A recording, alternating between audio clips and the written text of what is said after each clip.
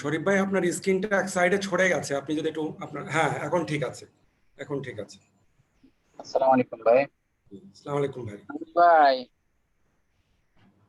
মাহফুজ ভাইকে বহুদিন পর দেখতেছি, 6 মাস পরে। আসসালামু আলাইকুম শরীফ ভাই। ভাই মাহমুদ ভাই, ওই প্রশ্নটা যেটা আমাকে করা হয়েছিল ওটা শরীফ ভাইকে করা যায় না? শরীফ ভাই, ওই যে আমাদের কি বলে ইকবাল মাসুদ ইয়াকে জিজ্ঞেস করতেছে তাইফুরকে, যে তাইফুর ভাই কি ক্রিম মাখতেছেন, ঘটনা আচ্ছা, কি? হ্যাঁ হ্যাঁ। তো আমার তো চেহারা বেচা কেঁচা হয়ে গেছে না কি যেন বলে, মানে ভেবা সেগা খারাপেরও তো খারাপ আছে, এই জন্য কোনো ভাষা ছাড়া যেটা বলতে হবে সেটা হয়ে গেছে। না, আল্লাহর রহমতে আপনারা তো রিকভার করছেন, ফি আমানিল্লাহ। আল্লাহ হাজার শুকর, আল্লাহ হাজার শুকর। জি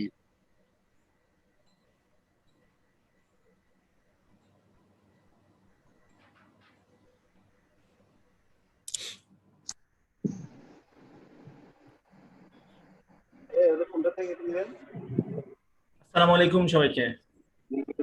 তাইফুর ভাই আসসালামু আলাইকুম। ওয়ালাইকুম আসসালাম ভাই। শামিম ভাই কেমন আছেন? আলহামদুলিল্লাহ ভালো আছি, অনেক দিন পর দেখা। জি, এই এই এই দুঃসময়ে মাঝে মাঝে দেখা হতে পারাই তো একটা বিশাল ব্যাপার। হ্যাঁ, শরীফ ভাইকে প্রথম দেখলাম, গলার আওয়াজ শুনি, আমি তো ওনার গলার আওয়াজের ফ্যান, কিন্তু এই প্রথম ওনার চেহারা দেখলাম। আসসালামু আলাইকুম ভাই, ভালো?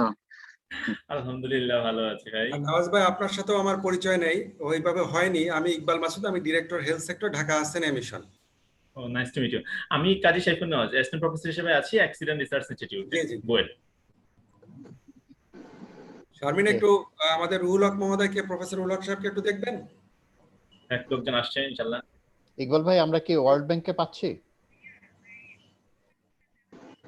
আমি ওটাই বলতে চাচ্ছিলাম মাহফুজ ভাই, যে দিলশাদের সাথে আমার তো এইভাবে ঘনিষ্ঠ নাই, ওই দিনই প্রথম কথা বলছি এবং পরবর্তী সময় মনে হয় মিসকমিউনিকেশন হয়েছে, মানে আমাদের মেল গুলো পায় নাই, বিশেষ করে ঢাকা হাসানে মিশন যেগুলো পাঠিয়েছে বলেছেন যে ওই তাই পরে পাঠিয়েছিলেন। করে দিয়ে ওনাকে।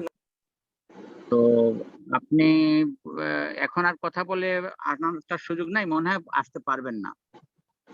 ঠিক আছে শরীফ ভাই, আমরা ভবিষ্যতে ইনশাআল্লাহ we will develop the rapport. আমার সাথে ভালো যোগাযোগ আছে, সুতরাং we will be able to develop the rapport, no problem. হ্যাঁ, আমি ফরওয়ার্ড করেছিলাম ইনভাইটেশনটা। আমার সাথেও যোগাযোগ আছে বলে আমি আর ফোন করে আর বিরক্ত করিনি, যেহেতু উইকেন্ডে ছিল আর কি। দিলশাদের সাথে। আসসালামু আলাইকুম। আমি প্রোগ্রামটা শুরু করার জন্য মাননীয় মন্ত্রী মহোদয় অনুমতি দিয়েছেন। ওনার ওখানে ওনার অফিস থেকে এটাকে আবার মিডিয়া কাভারেজ করছে, আমরা স্ক্রিনে দেখতে পাচ্ছি।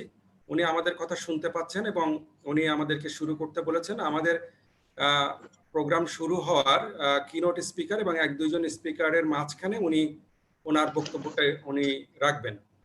তো আর আমাদের মাননীয় এমপি মহোদয় প্রফেসর রুহুল হক, উনি এখনই জয়েন করবেন, ওনার সাথে উনি কানেক্ট করার চেষ্টা করছেন।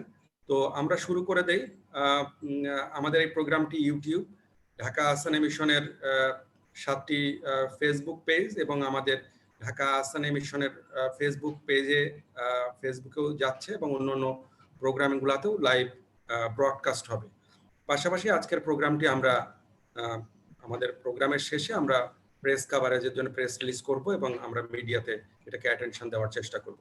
তো আমি ধন্যবাদ জানাচ্ছি। আমি আজকের অনুষ্ঠানের সম্মানিত সভাপতি জনাব কাজী রফিকুল আলম মহোদয়ের কাছে আমি অনুমতি নিয়ে আমি প্রোগ্রামটি শুরু করছি। সম্মানিত ভিউয়ার্স, আজকের প্রোগ্রামটি অনুষ্ঠিত হচ্ছে UN global road safety week 2021 উপলক্ষে।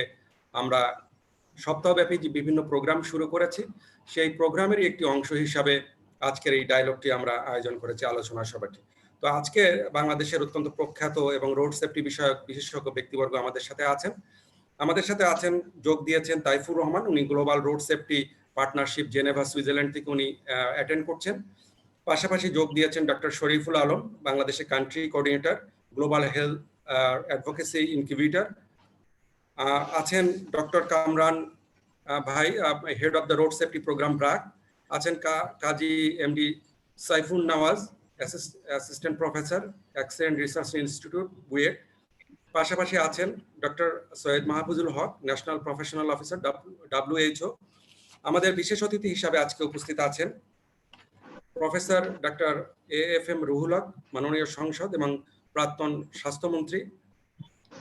আজকের চিফ গেস্ট হিসাবে আমাদের সাথে আছেন, ইতিমধ্যেই উনি যোগ দিয়েছেন ওনার দপ্তর থেকে, mister Obaidul Quader MP, honourable minister, ministry of road and transport and bridge, এবং পাশাপাশি উনি বর্তমান আওয়ামী লীগের সাধারণ সম্পাদক হিসেবে দায়িত্ব পালন করছেন।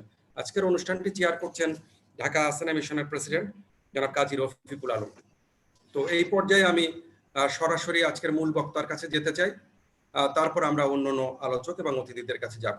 আমি আজকের মূল প্রেজেন্টেশনটি দেওয়ার জন্য জনাব তাইফুর রহমানকে অনুরোধ জানাচ্ছি। আপনার স্ক্রিন শেয়ারের অপশন আছে, আপনি স্ক্রিনটা শেয়ার দিয়ে আপনি মূল আলোচনাটা শুরু করতে পারেন। ধন্যবাদ।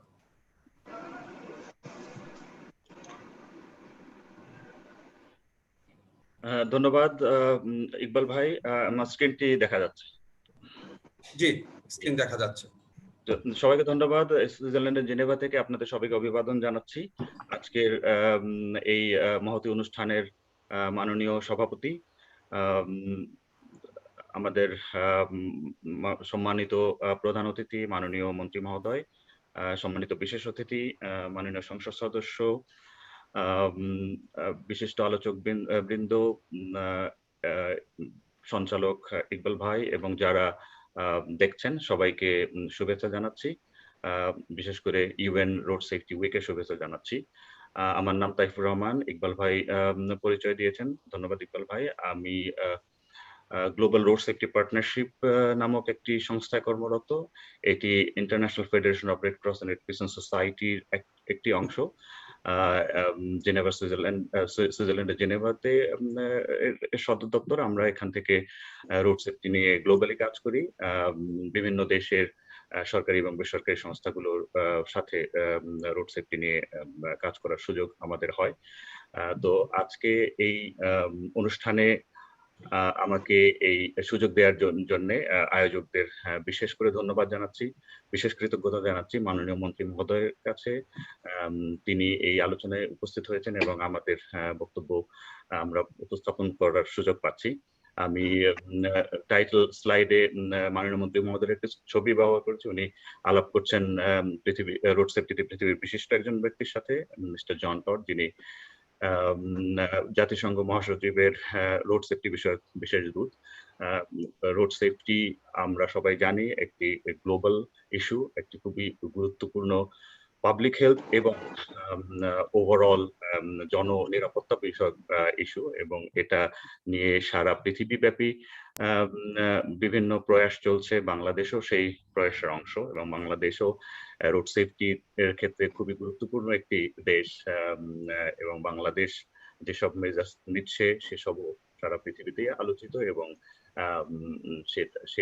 সে বিষয়ে যথেষ্ট মনোযোগ এবং আগ্রহ আছে। তো সেই কনটেক্সটে আজকে আমরা রোড সেফটি নিয়ে বাংলাদেশের অবস্থান নিয়ে একটু আলাপ করতে চাই। বিশেষ করে আলাপটি একটু আমরা যে জায়গাটাতে রাখতে চাচ্ছি সেটা হচ্ছে যে, যেহেতু একটা বাংলাদেশের রোড সেফটি যে আইনটি আছে, রোড ট্রান্সপোর্ট অ্যাক্ট, সেটা একটু সংশোধন নিয়ে কিছু আলাপ আলোচনা হচ্ছে। আমরা এই সুযোগটা, এই রোড সেফটির সুযোগটা কাজে লাগাতে চাই এই বিষয়ে কিছু বক্তব্য উপস্থাপন করার জন্য।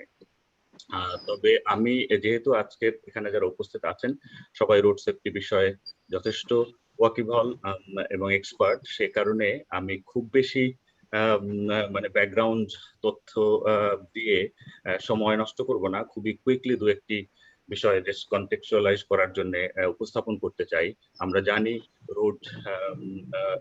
রোড ক্র্যাশের যে গ্লোবাল বার্ডেন সে সম্পর্কে আমাদের ধারণা আছে।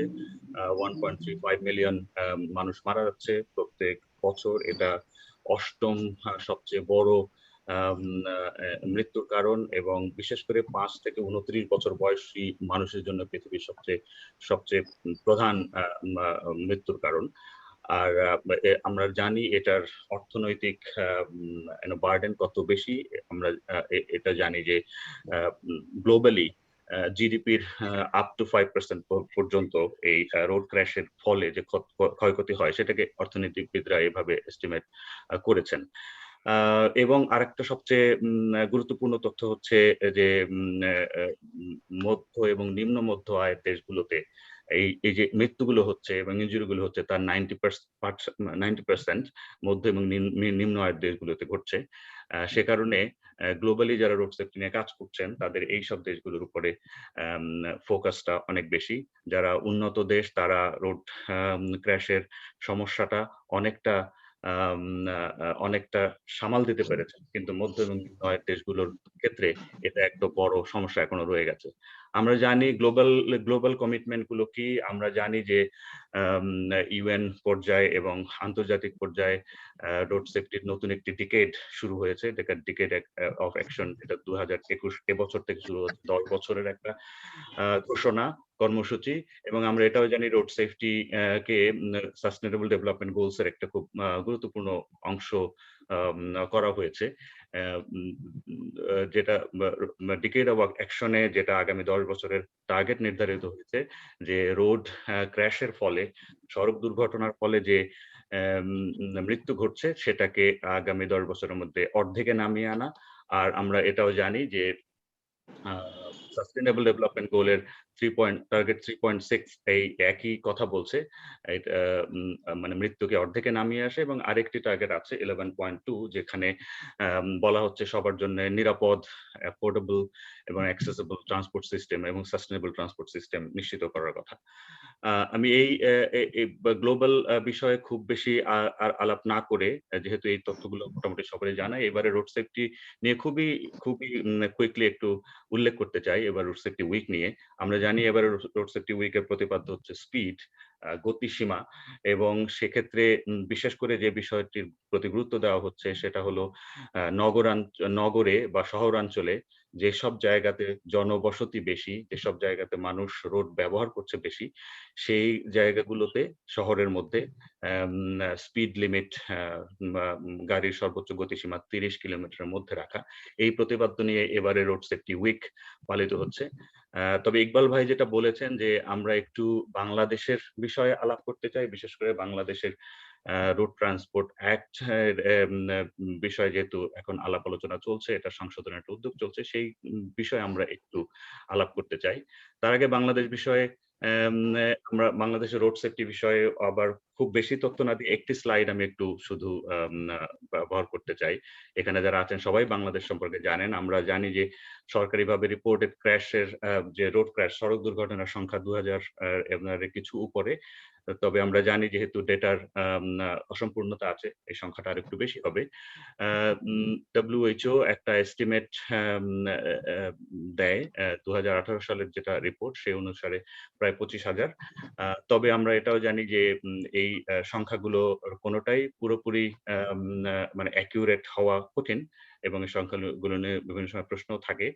আর অ্যাক্সিডেন্ট রিসার্চ ইনস্টিটিউট এবং অন্যান্য অনেক বাংলাদেশের অনেক সংস্থা যেসব সংখ্যা দিয়ে থাকেন সেটা হয়তো 5-6 হাজারের দিকে হবে, এই দুটো ফিগারের মাঝামাঝি।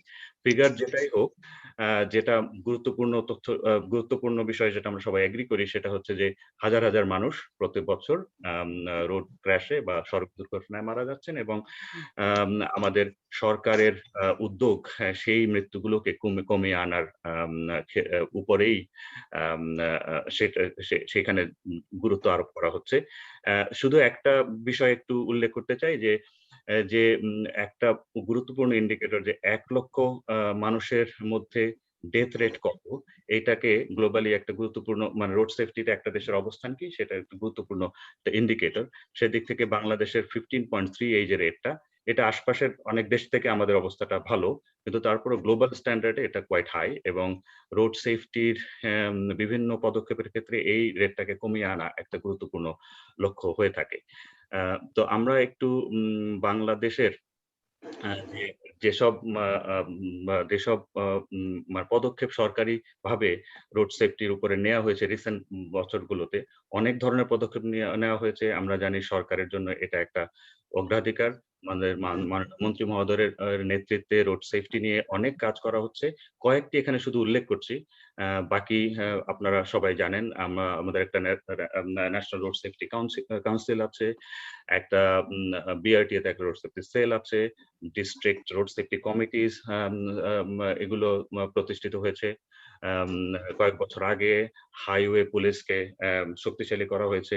আমরা দেখছি রোড সেফটি বিষয়ক বিভিন্ন আইনকে মাঠে এটাকে শক্তিশালীভাবে প্রয়োগ করার জন্য কাজ করা হচ্ছে। এবং আমরা এটাও জানি যে একটা ন্যাশনাল কমিটি কয়েক বছর আগে গঠিত হয়েছিল, যারা 111টা পরামর্শ সরকারকে দিয়েছিল এবং সেই পরামর্শগুলোকে ইমপ্লিমেন্ট করার জন্য আবার একটি টাস্ক ফোর্সও কাজ করছে। National road safety strategic action plan আমাদের আছে, এবং সবচেয়ে গুরুত্বপূর্ণ হচ্ছে রোড ট্রান্সপোর্ট অ্যাক্ট, যেটা আরটিএ 2018 সালের। সেটা একটা বড় পদক্ষেপ ছিল সরকারের দিক থেকে আমাদের রোড সেফটি সিচুয়েশনটাকে ইমপ্রুভ করার জন্য, এবং আমরা এটাও জানি যে এখন এটার একটা সংশোধনের কাজ চলছে। আমরা ওই বিষয়টাতে আলোচনাটাকে একটু আমরা ফোকাস করতে চাই। সেক্ষেত্রে একটু ব্যাকগ্রাউন্ড আমরা দিতে চাই গ্লোবাল রোড সেফটি পার্টনারশিপ এবং আমাদের partner organisation global health advocacy incubator প্রতিনিধি ডক্টর শরীফুল আলম আজকে উপস্থিত আছেন। আমরা আমাদের বাংলাদেশের বেশ কয়েকটা সংগঠনের সাথে আমাদের যারা লোকাল পার্টনার তাদের সাথে আমরা কাজ করছি। আমাদের ইনিশিয়েটিভটা হচ্ছে Bloomberg global initiative for road safety. সেখানে WHO একটা খুব গুরুত্বপূর্ণ অংশীদার, ডক্টর সৈয়দ মাহফুজুল হক আছেন WHO পক্ষ থেকে আজকে। আর আমাদের লোকাল পার্টনার হিসেবে ব্র্যাক আছে, ঢাকা আসানিয়া মিশন আছে, অ্যাক্সিডেন্ট রিসার্চ ইনস্টিটিউট আছে। আমরা সবাই মিলে আমরা চেষ্টা করেছি, যেহেতু একটা সুযোগ তৈরি হয়েছে এই রোড সেফটি অ্যাক্টটাকে বা রোড ট্রান্সপোর্ট অ্যাক্টটাকে উন্নত করার জন্য, বিশেষ করে টেকনিক্যাল দিক থেকে, সেটার জন্য আমরা কিছু পরামর্শ, আমরা কিছু অভিমত সরকারের কাছে সাবমিট করেছি আমাদের বিভিন্ন এই সংগঠনগুলোর পক্ষ থেকে। ঢাকা আসানিয়া মিশন আজকে যে উদ্যোগটা নিয়েছে রোড সেফটি উইক পালনের জন্য, সেই উদ্যোগটাতে আমরা এই সুযোগটা আমরা একটু কাজে লাগিয়ে আমরা কি অভিমত সরকারের কাছে জমা দিয়েছি, সাবমিট করেছি, সেটা নিয়ে একটু আলোচনা করতে চাই। এবং আপনারা জানেন যে এই এখন এটা পাবলিক কমেন্টের জন্য উন্মুক্ত আছে এই আইনটার বিষয়ে মতামত দেওয়ার জন্য। সেই সুযোগটাই আমরা নিয়েছি।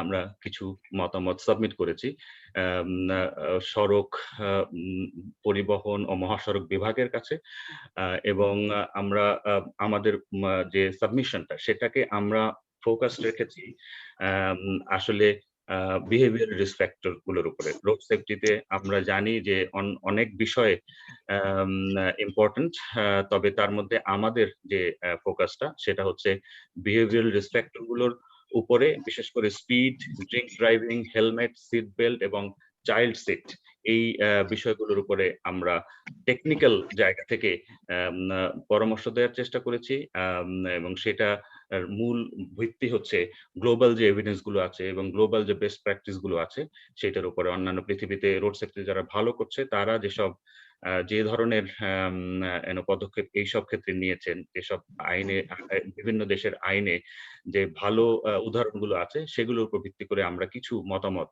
সরকারের সদয় বিবেচনার জন্য সাবমিট করেছি। তারই কয়েকটা বিষয় আমরা আজকে এখানে উল্লেখ করতে চাই। স্পিড নিয়ে আমি একটু শুরু করতে চাই। আমরা জানি যে আমাদের আইনে স্পিডের বিষয়ে খুবই গুরুত্বপূর্ণ একটি বিষয়, এবং আইন শুধু না, রোড সেফটিতে আমরা জানি যে স্পিড একটা অত্যন্ত গুরুত্বপূর্ণ বিষয়। স্পিড, বিশেষ করে স্পিডের মাধ্যমে, স্পিড কমিয়ে রাখার মাধ্যমে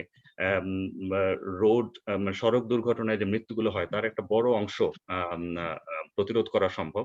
সেটা গ্লোবালি রিকগনাইজড একটা ফ্যাক্ট এবং এভিডেন্স। সেই দিক থেকে আমরা আমাদের আইনে যদিও স্পিডের বিষয়ে খুবই গুরুত্ব দেওয়া হয়েছে, তবে আইনে ওভারঅল যেটা সার্বিকভাবে একটা স্পিড লিমিট এর একটা ফ্রেমওয়ার্ক দেওয়া যায় কিনা সেটা আমরা সদয় বিবেচনার জন্য পরামর্শ দিয়েছি। এটা বিভিন্ন দেশের উন্নত দেশগুলো যারা রোড সেফটিতে ভালো করছে তারা আইনে একটা maximum speed limit road type অনুযায়ী সাধারণত দিয়ে দেয়, যাতে করে এরপরে যারা লোকাল অথরিটি যারা আছে এবং দেশের জাতীয় এবং লোকাল কর্তৃপক্ষ যারা আছে তারা এই স্পিড লিমিট গুলোর আওতায় আরো বিভিন্ন ক্ষেত্রে আরো কমিয়ে এটা দিতে পারে। আইন যদি একটা সর্বোচ্চ সীমা বেঁধে দেয় তাহলে সেটা ওভারঅল একটা ভালো প্র্যাকটিস বলে বিবেচনা করা হয়। তো আমরা রোড টাইপ অনুযায়ী আমরা কয়েকটা সর্বোচ্চ স্পিড লিমিট আইনে উল্লেখ করার জন্য অনুরোধ করেছি। যেমন শহরাঞ্চলে সর্বোচ্চ 40, কিন্তু যেসব এলাকায় আবার পেডেস্ট্রিয়ান কনসেন্ট্রেশন বেশি আছে, পথচারীদের কনসেন্ট্রেশন বেশি আছে, সেটা যেন 30 কিলোমিটার বেশি না হয়, সেটা আইনে উল্লেখ করার কথা আমরা বলেছি। এবং সেক্ষেত্রে সেটাই অবশ্য এবারের রোড সেফটি উইকের প্রতিপাদ্য।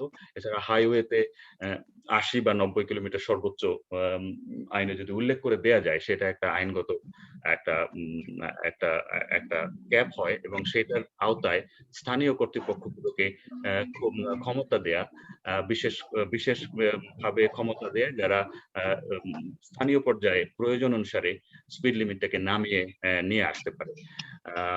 এবং আরেকটা যেটা গুরুত্বপূর্ণ বিষয় আমরা বলেছি যে স্পিডটাকে কিভাবে এনফোর্স করতে হবে, স্পিড লিমিটটাকে কিভাবে প্রয়োগ করতে হবে, বাস্তবায়ন করতে হবে, তার একটা গাইডলাইন সরকারিভাবে এই আইনের আওতায় যদি বা এই আইন এবং বিধিমালার আওতায় যদি প্রণয়ন করা হয়, তাহলে কিভাবে স্পিড এক একটা জায়গাতে স্পিড লিমিট নির্ধারিত হবে, কিভাবে স্পিড লিমিট বাস্তবায়িত হবে, কিভাবে রাস্তাগুলোকে তার উপরে ডিজাইন করা হবে, ইত্যাদি সব বিষয়ে সেই স্পিড লিমিট গাইডলাইনের মধ্যে থাকতে পারে।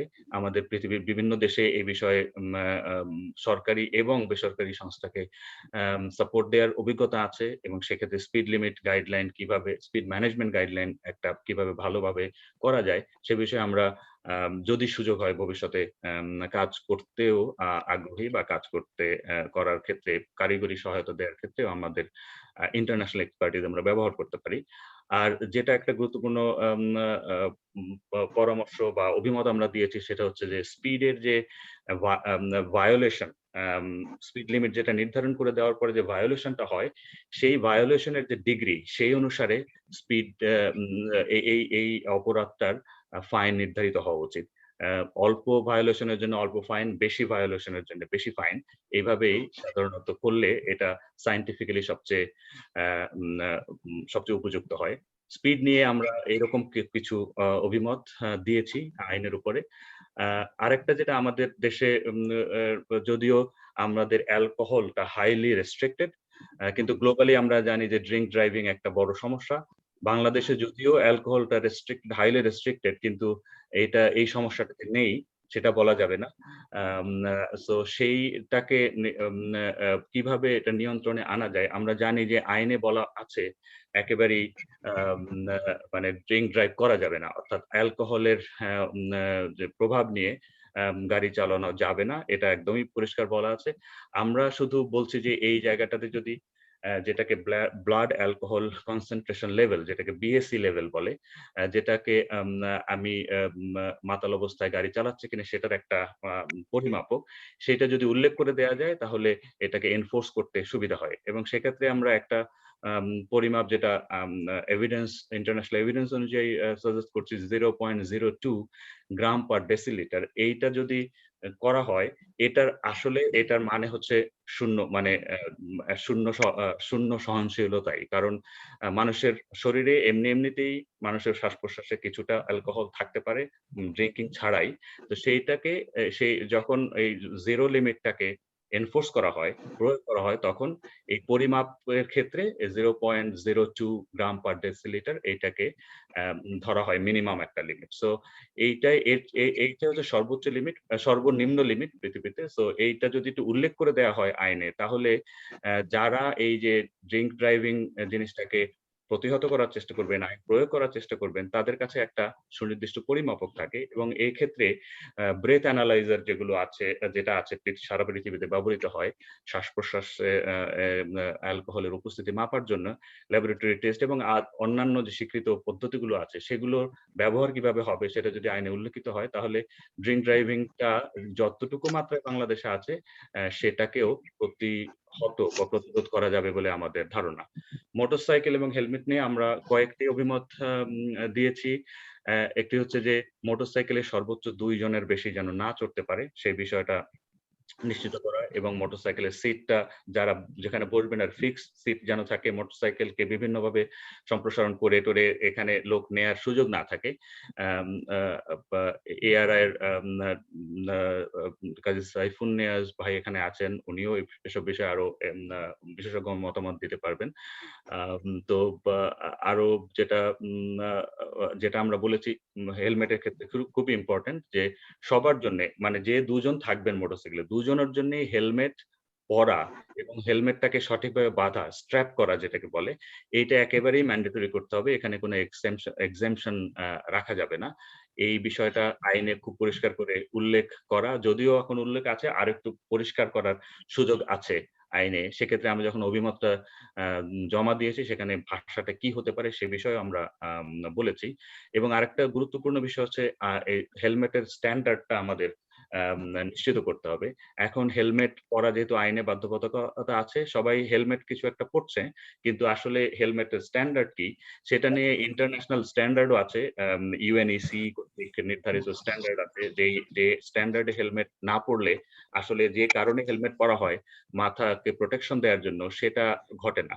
সে কারণে আমরা বলছি যে আমাদের দেশেও এই স্ট্যান্ডার্ড একটা অ্যাডাপ্ট করা, যেহেতু বিএসটিআই আমাদের স্ট্যান্ডার্ডের জন্য নির্ধারিত কর্তৃপক্ষ আছে, তারা এইটাকে একটা সঠিক পলিসি হিসাবে নেয়া, যাতে করে ইন্টারন্যাশনাল স্ট্যান্ডার্ডে আমাদেরও হেলমেট যেটা পরা হচ্ছে, হেলমেট ব্যবহৃত হচ্ছে বা হবে আইনগতভাবে যেটা বাধ্যবাধকতা থাকবে, সেই স্ট্যান্ডার্ড আমরা অ্যাডাপ্ট করতে পারি।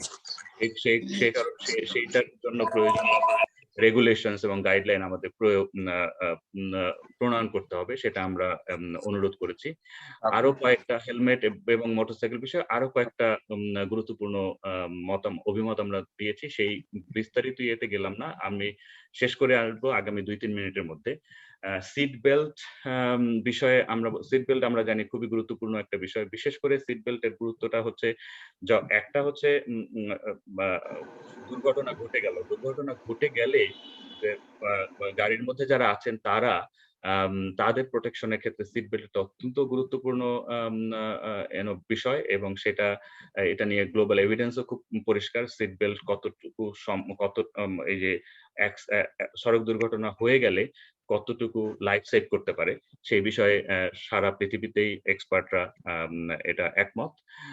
তো সেই আলোকে আমরা বলছি যে আমাদের দেশে সিট বেল্ট আইনের একটা গ্যাপ হচ্ছে যে সিট বেল্টের ড্রাইভারের কথা যেভাবে বলা হয়েছে পরিষ্কারভাবে, অন্যান্য প্যাসেঞ্জারের ব্যাপারে একটু অস্পষ্টতা রয়ে গেছে। সেজন্য আমরা বলছি সিট বেল্ট সব প্যাসেঞ্জারের জন্য একইভাবে প্রযোজ্য হতে হবে।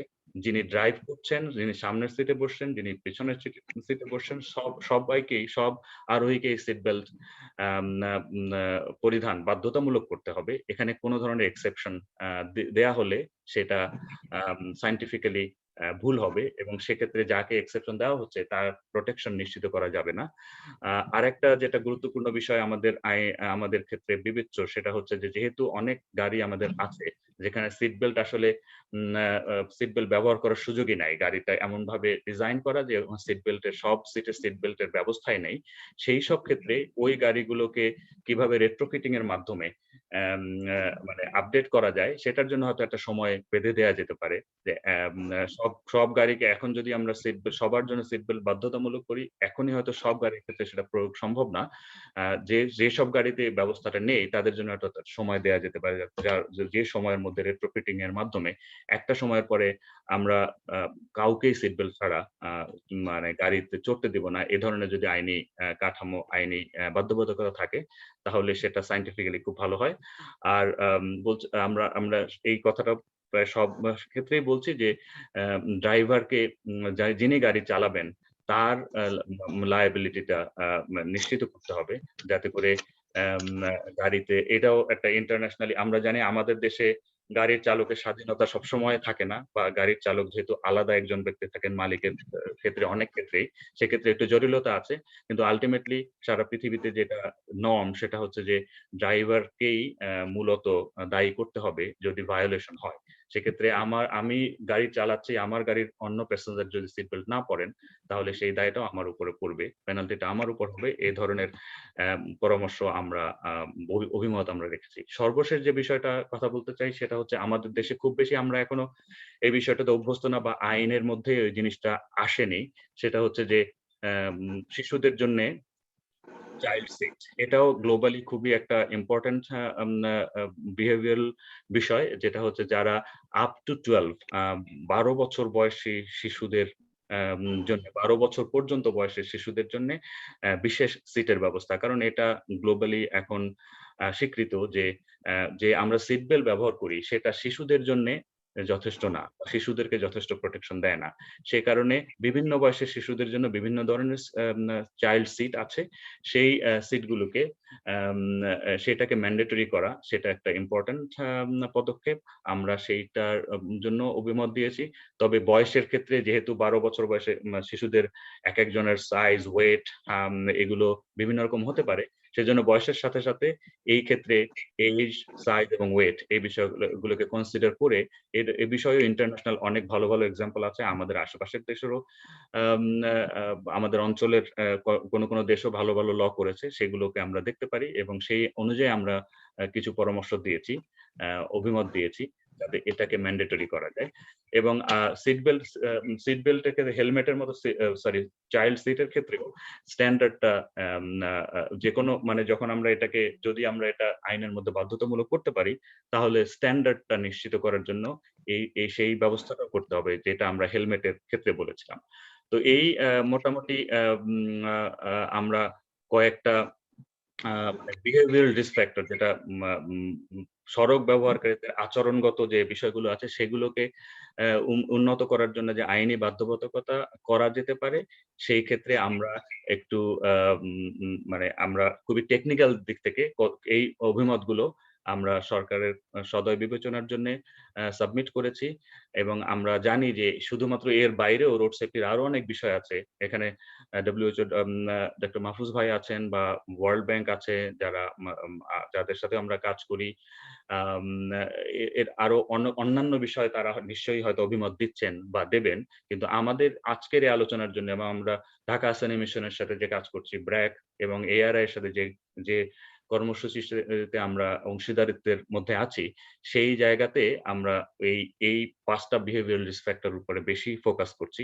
আজকের আলোচনাটা এজন্য এইগুলোতেই সীমাবদ্ধ রাখলাম। এটা অবশ্যই বলতে হবে যে আরো অন্যান্য বিষয় অবশ্যই আছে, সেটাকে আমরা আজকের আলোচনায় কেন কভার করলাম না সেই বিষয়ে একটু আমি ব্যাখ্যা দিলাম।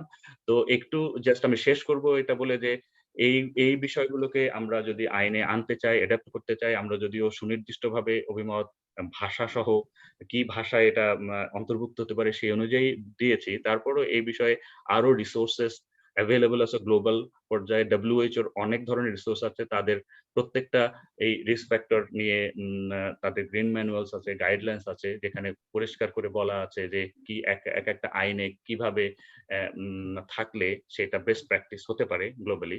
এবং WHO নতুন একটা সেভ লাইভস টেকনিক্যাল প্যাকেজ তৈরি করেছে, যেখানে রোড সেফটির একটা সার্বিক পরামর্শগুলো আছে।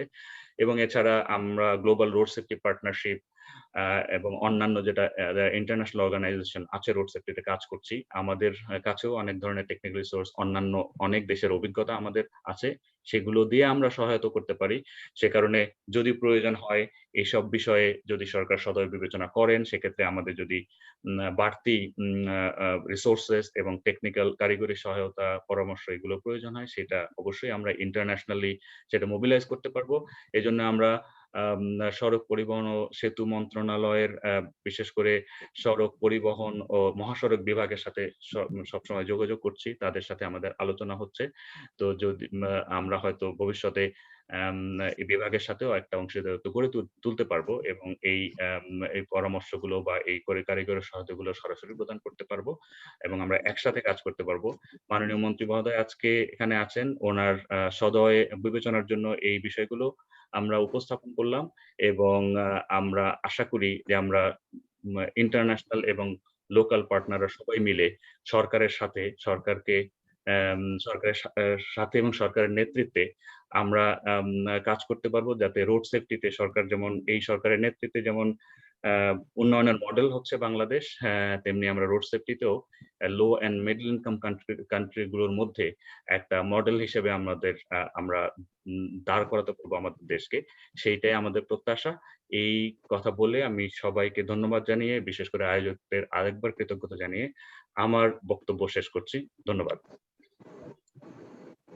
ধন্যবাদ জনাব তাইফুর রহমান। আপনার শেষ কথা দিয়ে আমাদের শুরু, যে আমরা অনেক বিষয়ে চ্যাম্পিয়ন্স হচ্ছি, আমাদের অর্থনৈতিক অগ্রগতি দিন দিন বৃদ্ধি পাচ্ছে, প্রবৃদ্ধির হার বৃদ্ধি পাচ্ছে, সেখানে আমরা রোড সেফটিতেও চ্যাম্পিয়ন হতে পারবো ইনশাল্লাহ। আমাদের বর্তমান মাননীয় মন্ত্রী মহোদয়ের নেতৃত্বে এটা সম্ভব। তো আমি ভিউয়ার্সদের উদ্দেশ্যে বলি যে এতক্ষণ কিনোট উপস্থাপন করলেন Taifur Rahman, global road safety partnership Geneva থেকে। উনি জেনেভা থেকে যোগ দিয়েছিলেন আমাদের সাথে। আমাদের সাথে প্যানেল ডিসকাশন আছে doctor Shariful Alam, Bangladesh country coordinator, global health advocacy incubator. আমাদের সাথে আরও আছেন doctor Kamranul Baset, head of the road safety programme BRAC. আছেন Kazi MD Saiful Newaz, assistant professor, accident research institute, BUET. আছেন doctor Syed Mahfuzul Haque, national professional officer, world health organization. আমাদের আজকের অনুষ্ঠানের সম্মানিত প্রধান অতিথি হিসাবে যুক্ত আছেন মাননীয় মন্ত্রী জনাব Obaidul Quader MP, honourable minister, ministry of road transport and bridge. আমাদের সাথে স্পেশাল গেস্ট হিসাবে যুক্ত আছেন মাননীয় সংসদ professor doctor AFM Ruhul Haque এবং সাবেক স্বাস্থ্যমন্ত্রী, উনি আমাদের সাথে যুক্ত আছেন। এই অনুষ্ঠানটি চেয়ার করছেন ঢাকা হাসান মিশনের প্রেসিডেন্ট জনাব কাজী রফিকুল আলম। তো এই পর্যায়ে মূল বক্তব্য যেটি বললেন, আমাদের আইন আছে, আইনটাকে শক্তিশালী করতে হবে। আরেকটি বিষয় মনে হয় আমাদের দেখা উচিত, যখন রোড সেফটি আইন নিয়ে আমরা কথা বলি, একটা প্রতিপক্ষ দাঁড়িয়ে যায়, মালিক কখনো শ্রমিক এবং সরকারের বিপক্ষে। তো এইটা আসলে কেউ কারোর প্রতিপক্ষ নয়, আমরা সবার স্বার্থেই, দেশের মানুষের নিরাপত্তার স্বার্থেই আমরা এই রোড সেফটি আইন নিয়ে কথা বলতে চাই। তো এই পর্যায়ে আমি অনুরোধ করব doctor Shariful Alam, Bangladesh country coordinator, global health advocacy incubator. জনাব শরীফুল আলম, আপনার প্যানেল ডিসকাশন হিসাবে আপনার বক্তব্য উপস্থাপন করার জন্য অনুরোধ জানাচ্ছি। আসসালামু আলাইকুম, সম্মানিত সভাপতি, মাননীয় মন্ত্রী। আমি আমাদের ব্লুমবার্গ ইনিশিয়েটিভ পার্টনারদের পক্ষ থেকে এবং আমার প্রতিষ্ঠান গ্লোবাল হেলথ অ্যাডভোকেসি ইনকিউবেটরের পক্ষ থেকে আপনাকে ধন্যবাদ এবং কৃতজ্ঞতা জানাই আপনার এক্সট্রাঅর্ডিনারি লিডারশিপ নেওয়ার জন্য। 2 বছর আগে আপনি অনুমতি দিয়েছিলেন, আপনি যেতে পারেন নাই সুইডেন ওয়ার্ল্ড কনফারেন্সে অংশগ্রহণ করার জন্য, আপনার প্রতিনিধি যাওয়ার কথা ছিল, আনফরচুনেটলি যেতে পারেন নাই, কিন্তু আপনি আমাদেরকে সানুগ্রহ অনুমতি দিয়েছেন আপনার মন্ত্রণালয়ের সাথে পার্টনারশিপের ভিত্তিতে কিছু কাজ করার, এবং সেই উদ্যোগের অংশ হিসাবে আমাদেরকে আপনার মন্ত্রণালয়ের বিভিন্ন দপ্তর যে সুযোগ দিয়েছেন বিভিন্ন বিষয়ে, টেকনিক্যাল বিষয়ে পরামর্শ দেওয়ার জন্য, এই জন্য আপনাকে আবারও আমরা সাধুবাদ জানাই এবং আমরা কামনা করি আল্লাহ আপনাকে দীর্ঘ জীবন দান করুক এবং এই ক্ষেত্রে বাংলাদেশ যেন একটা রোল মডেল হতে পারে, সেই আশাবাদ আমরা করছি এবং প্রত্যাশা করছি। জনাব তাইফুর ভাই যে কথা যে শেষ করেছেন মাননীয় মন্ত্রী, আমি সেটাইতেই শুধু একটু টেকনিক্যালি নয়, লিগালি বলতে চাই। বিশেষ করে শিশু, মহিলা, প্রতিবন্ধী এবং বয়োজ্যেষ্ঠদের জন্য সংরক্ষিত আসনের ব্যবস্থা করা আছে আইনের 49 ধারার 2য় অংশের ঘতে। শুধু যদি ওখানে আন্তর্জাতিক মানটা উল্লেখ করা হয় এবং WHO সহ যাদের পরামর্শ আমরা মানি এবং যারা টেকনিক্যালি স্বীকৃত, সেইটা যদি চাইল্ড রেস্টেন্টের জন্য যদি ব্যবহার করা হয়, তাহলে শুধুমাত্র এই 49-এর 2য় অংশের ঘতে একটু পরিবর্তন আনলেই এটা সম্ভব। এবং পরবর্তী সময়ে যদি গাইডলাইনের কথা বলা হয়, যে এটা গাইডলাইন বানানো হবে এটা বাস্তবায়ন করার জন্য, তাহলে এটা করা সহজ হবে আমি মনে করি। টেকনিক্যালি এটা খুবই সম্ভব মাননীয় মন্ত্রী। তাছাড়া সিট বেল্টের ব্যাপারেও ঠিকই 49 ধারার 2য় অংশের খতে বলা হয়েছে মোটরযান চালক সিট বেল্ট বাধা ব্যতীত মোটরযান চালাইতে পারিবেন না। ওখানে যদি শুধু যাত্রীরাও না বাধা পর্যন্ত তিনি গাড়ি চালাইবেন না এই কথাটা বলা হয়, প্লাস যে সমস্ত গাড়ি এখন নাই তাদেরকে আগামী 1 বছর বা 6 মাস বা 1.5 বছর সময় দিয়ে যদি বলা হয়, এই সময়ের মধ্যে তাদেরকেও এই মানের সিট বেল্ট করতে হবে, বা নতুন গাড়ি নতুন করে রেজিস্ট্রেশন পেতে গেলে সিট বেল্টের এই রিকোয়ারমেন্টটা পালন করতে হবে। এটা যদি বলে দেওয়া যায় মাননীয় মন্ত্রী মহোদয় সংশোধনীতে, তাহলে আমার মনে হয় এটা খুব সহজে সিট বেল্ট এবং এই শিশুদের জন্য নিরাপদ আসনের এই সমস্যাটার সমাধান করা সম্ভব। আর অনুরূপভাবে ঠিকই মোটরসাইকেলের জন্য যদি বিএসটিআর কথাটা আমরা উল্লেখ করে দেই যে তারা যেভাবে নির্ধারণ করে দেবেন সেই ভিত্তিতে যদি কোয়ালিটি ইস্যুটা আনা হয় তাহলে সহজেই এটা এই বর্তমান আইন যেটা সংশোধনী পর্যায়ে চলছে জনগণকে 25 তারিখ পর্যন্ত সুযোগ দেওয়া হয়েছে মতামত দেওয়ার জন্য, এর মধ্যে অন্তর্ভুক্ত করা গেলে আমার মনে হয় মাননীয় মন্ত্রী মহোদয় আমরা অত্যন্ত উন্নত মানের একটি রোড ট্রান্সপোর্ট অ্যাক্ট পেতে পারি যেটা জনবান্ধব হবে এবং মানুষের নিরাপত্তা নিশ্চিতকরণে সহায়ক হবে, মানুষের প্রাণহানি রোধ করতে সক্ষম হবে এবং দুর্ঘটনায় যে বিপুল পরিমাণ ক্ষতি হচ্ছে বাংলাদেশ গভর্নমেন্টের, জিডিপির একটা বিশাল অংশ 4-5-6% অংশ যাচ্ছে জিডিপির।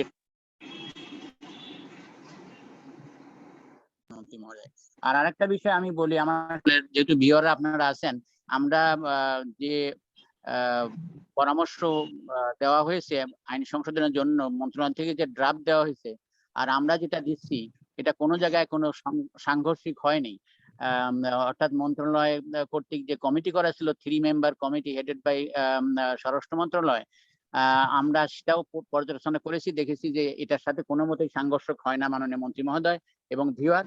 সুতরাং এই পরামর্শগুলো যেটা জনাব তাইফুর রহমান দিলেন গ্লোবাল রোড সেফটি পার্টনারশিপের পক্ষ থেকে এবং আমাদের সকলের পক্ষ থেকে, আমরা মনে করি যে মাননীয় মন্ত্রী মহোদয় এবং মন্ত্রণালয় যদি বা কমিটি যদি এটাকে বিবেচনা করেন, আমরা মনে করি এতে আমরা আমাদের ভাষায় বলে থাকি লো হ্যাঙ্গিং ফ্রুটস, অর্থাৎ যে ফলটা একদম গাছের নিচের দিকে ঝুলছে, হাত দিলে নাগালের মধ্যে পেরে খাওয়া সম্ভব, আমার মনে হয় আমরা সেই ধরনের পরামর্শ দিয়েছি। এটা সহজেই বাস্তবায়নযোগ্য মাননীয় মহোদয়, মন্ত্রী মহোদয়। আমরা আশা করব যে আপনি অন্যান্য ক্ষেত্রে যে ধরনের লিডারশিপ দিয়েছেন, আপনার মন্ত্রণালয়ের ক্ষেত্রে আপনি ব্যাপক লিডারশিপ নিয়েছেন। এই সামান্য টেকনিক্যাল কিছু বিষয় যদি একটু বিবেচনায় আনা যায় মাননীয় মন্ত্রী মহোদয়, তাহলে আমরা মনে হয় আমরা অচিরেই অত্যন্ত সুন্দর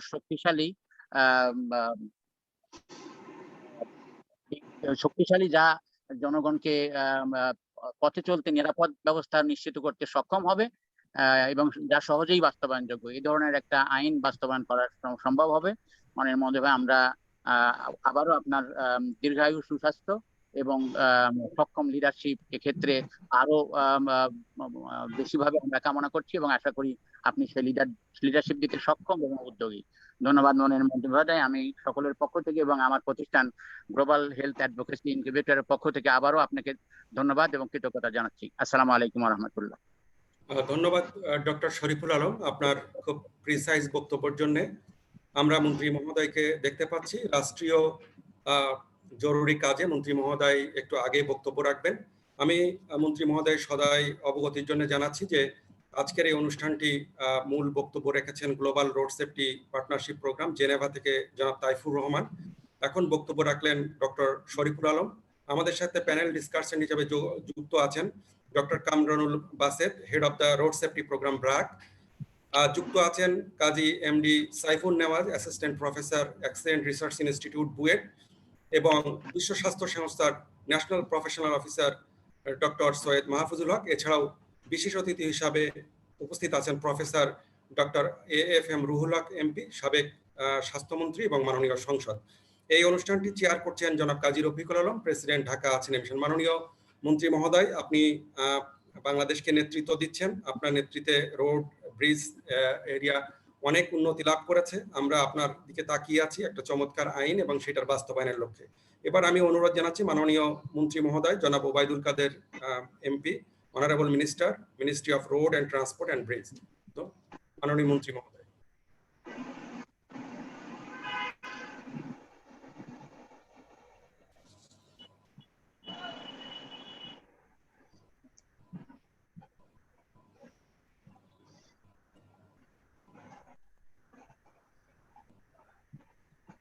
বিসমিল্লাহির রহমানির রহিম। শুরুতে আমি একটা বিষয় বলতে চাই।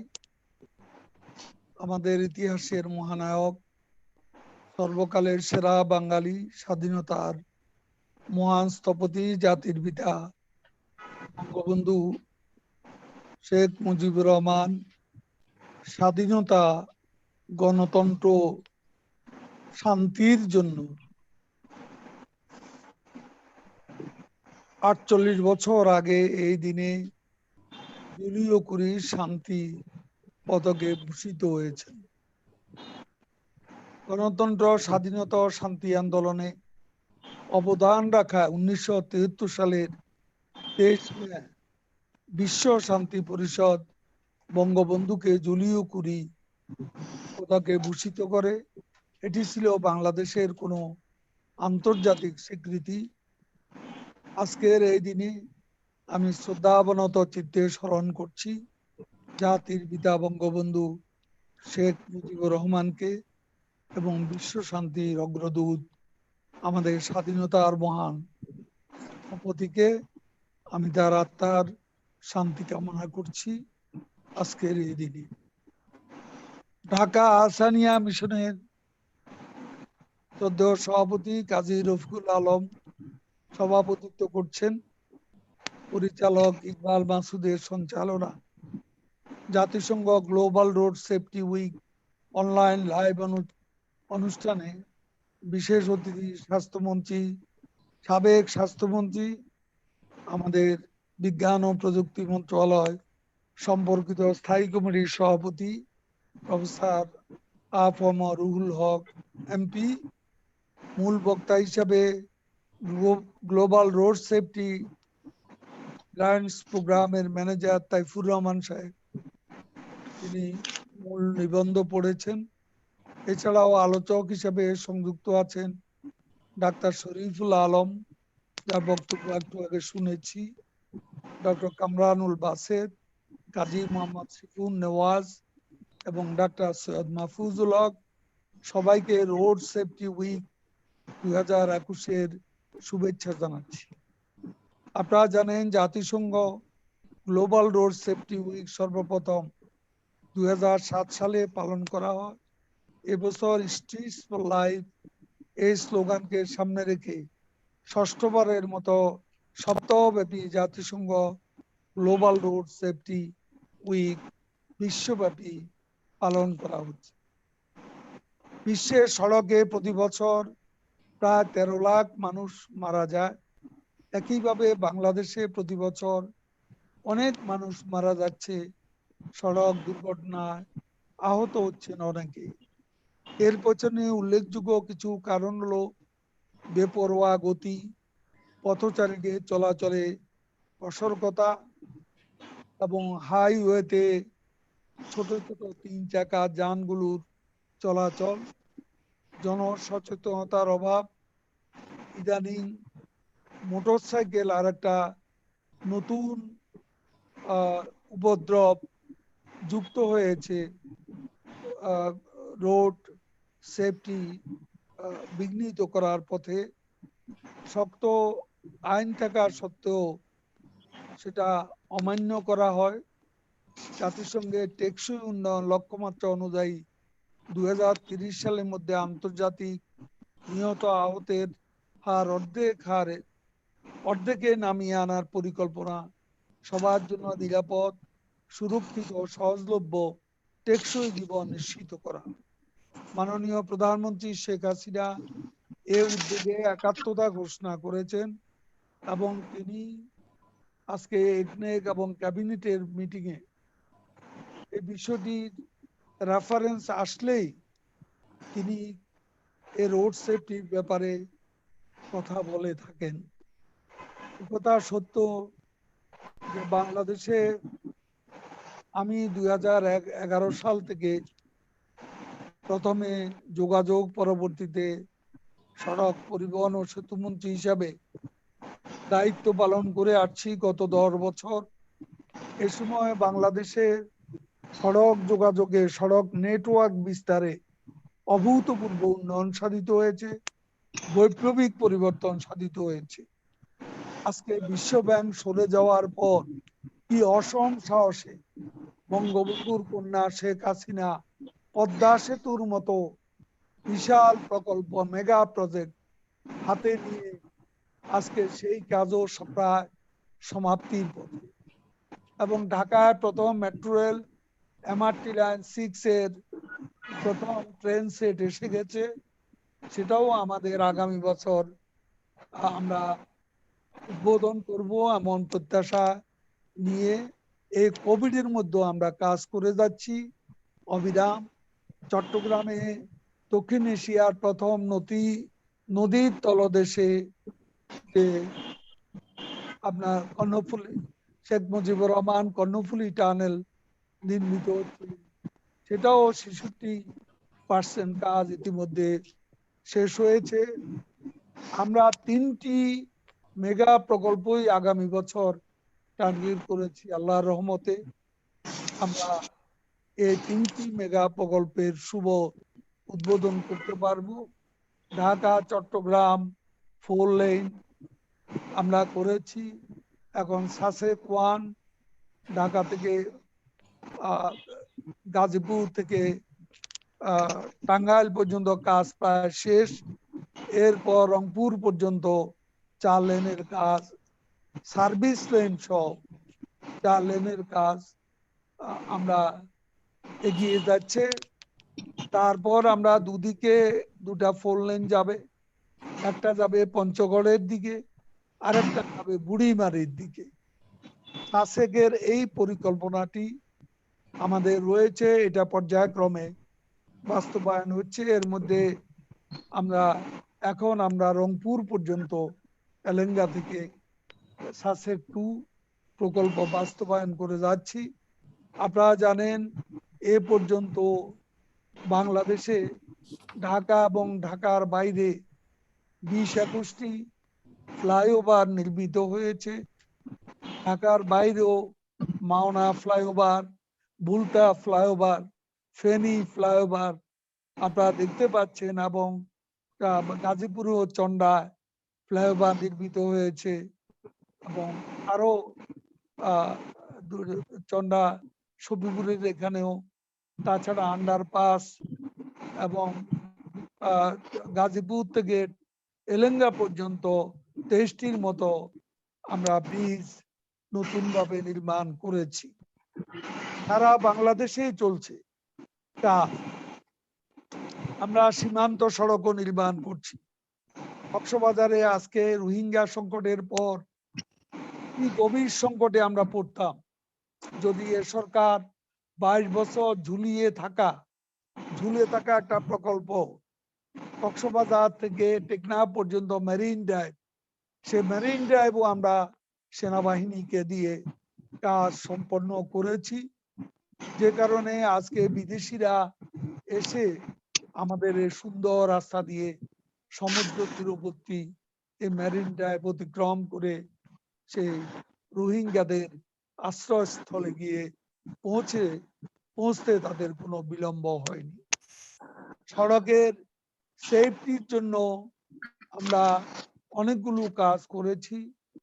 আমরা 164 কোটি টাকা ব্যয় 144টি সড়ক বাঁকা ব্ল্যাক স্পট অ্যাড্রেস করার কাজ হাতে নিয়েছি। এর ভিতর আপনাদের চোখের সামনে উজ্জ্বল দৃষ্টান্ত হচ্ছে ঢাকা থেকে আরিচা পর্যন্ত যে মহাসড়ক। আপনারা জানেন একসময় আরিচা মানেই মৃত্যু সড়ক, প্রতিদিনই সেখানে সেটা ছিল মরণপাত, প্রতিদিনই 2-4 জনের মৃত্যু ঘটত। আজকাল আমরা 11টি বাঁক সম্প্রসারণ করে আইল্যান্ড দিয়েছি। আপনারা দেখেন 2টা আমরা ইন্টারসেকশন করেছি। এর ফলে মাত্র 23 কোটি টাকা সরকার খরচ করেছে। আজকে ঢাকা আরিচা আপনারা দেখতে পান, শুনতে পাচ্ছেন যে এখন সেখানে অ্যাক্সিডেন্ট বলতে গেলে শূন্য, খুব একটা হয় না। আজকে চেষ্টা করলে ফল পাওয়া যায়। ঢাকা মাওয়া এখন এক্সপ্রেসওয়ে, বাংলাদেশের প্রথম এক্সপ্রেসওয়ে আমরাই করেছি। ঢাকা থেকে ভাঙ্গা পর্যন্ত এক্সপ্রেসওয়ে অলরেডি প্রাইম মিনিস্টার উদ্বোধন করেছেন। এই মাওয়া রোডেও প্রতিদিন অ্যাক্সিডেন্ট লেগেই থাকতো। এখানে আমরা দেখেছি 33 কিলোমিটারে 40টির মতো সেখানে ছিল স্পিড ব্রেকার, যেগুলো অ্যাক্সিডেন্টের কারণ ঘটাত। এগুলো আমরা অপসারণ করেছি পর্যায়ক্রমে। এখন তো এক্সপ্রেসওয়ে, সে এক্সপ্রেসওয়ে তো দুর্ঘটনার খবর তেমন আমরা পাই না। এভাবে ব্যাপক সড়ক কাঠামোতে জেলা সড়ক উন্নয়ন হয়েছে। কিন্তু যতই সড়কের উন্নয়ন হোক, যতই মেট্রো রেল হোক, পদ্মা সেতু হোক, কর্ণফুলী টানেল হোক, যতই 4 লেন 6 লেন, আমরা 8 লেন সড়কও করেছি ঢাকায়, চট্টগ্রামে, যতই আমরা করি কোনো কিছুতে কোনো কাজ হবে না যদি সড়ককে, পরিবহনকে আমরা নিরাপদ করতে না পারি। একথা সত্য যে এখনো সড়কে, পরিবহনে আমরা নিরাপত্তা দিতে পারিনি। এখনো অ্যাক্সিডেন্ট আমাদের বড় দুর্ভাবনা হয়ে আছে। কাজেই এ ব্যাপারে আমরা মিটিং সেমিনার অনেক করেছি, দিস্তায় কাগজ খরচ হয়েছে, রিপোর্ট তৈরি হয়েছে, কিন্তু কার্যত আমরা যতটা লক্ষ্য অর্জন করার কথা সেখানে আমরা পারিনি। আমাদের সমন্বয় এখানে খুব শক্তিশালী, একথা আমি দাবি করব না। সহযোগিতার দরকার। আমরা রাস্তা রক্ষার জন্য এক্সেল লোডও স্টেশনও স্থাপন করছি। নতুন কিছু হচ্ছে, এক্সেল লোড কন্ট্রোল স্টেশন, বিশ্রামাগার করা হচ্ছে, যাতে করে অতিরিক্ত চালনায় ড্রাইভাররা কিছুটা বিশ্রামের সুযোগ পান। প্রধানমন্ত্রীর নির্দেশে 4টি বিশ্রামাগার নির্মাণের কাজেও আমরা হাত দিয়েছি। এছাড়া জাতিসংঘে রোড সেফটি প্রোগ্রামে জাতিসংঘের যে উদ্যোগ, সে উদ্যোগও আমরা সাড়া দিয়েছি। তবে জাতিসংঘ এখনো বাস্তবে কাজটা স্লো, প্রকল্পটি এখনো এগুচ্ছে না। এটা আমাদের দ্রুত এই কাজটি শুরু করা দরকার। আমরা জাতিসংঘকে বারবার অনুরোধ করছি, আমরা নতুন করে আর কোনো বিআরটি প্রকল্প নিতে চাই না, যেটা বছরের পর বছর শুধু ভোগান্তি বাড়িয়েছে। গাজীপুর থেকে আমাদের এয়ারপোর্ট পর্যন্ত এই বিআরটি প্রজেক্ট, কত যে আমি ভিজিট করেছি, কত যে চেষ্টা করছি, তারপরও এখানে কন্ট্রাক্টরের ধীর গতির জন্য আমরা পিছিয়ে পড়েছি। সে কারণে আমি সেখান থেকে গাজীপুর থেকে মহাখালী থেকে সদরঘাট পর্যন্ত বিশ্ব ব্যাংকের যে প্রস্তাব, সেই প্রস্তাব আমি নাকচ করে দিয়েছি। কারণ যে প্রকল্প আমাদের জনগণকে বছরের পর বছর ভোগান্তিতে ঠেলে দেয়, ঢাকার মতো জনবসতিপূর্ণ এই শহরে এই বিআরটি প্রজেক্ট আমি আর আনতে চাই না। এখানে মেট্রো রেলের 6টি লাইন হবে, এখন মাত্র 1টি শেষ হতে যাচ্ছে, আরো 5টি লাইন আছে। তারপর সাবওয়ের প্ল্যান আছে, ঢাকা এলিভেটেড এক্সপ্রেসওয়ের কাজও বনানী পর্যন্ত এসে গেছে, সেটাও হচ্ছে। এমত অবস্থা একটা বিআরটি প্রজেক্ট এনে এখানে জনভোগান্তি আমি বাড়াতে চাই না। সেই জন্য আমি বিশ্ব ব্যাংকে বলেছি, আপনারা আমাদের রোড সেফটি প্রোগ্রামটি, যেটা আমরা সানন্দে গ্রহণ করছি, এই বিষয়টি আপনার নজর দিন। আমাদের নতুন করে কোনো বিআরটি প্রজেক্টের দরকার নেই। আগে আমরা দেখি আমাদের মেট্রো রেল হওয়ার পর 2030-এর মধ্যে 6টি লাইন শেষ হওয়ার কথা।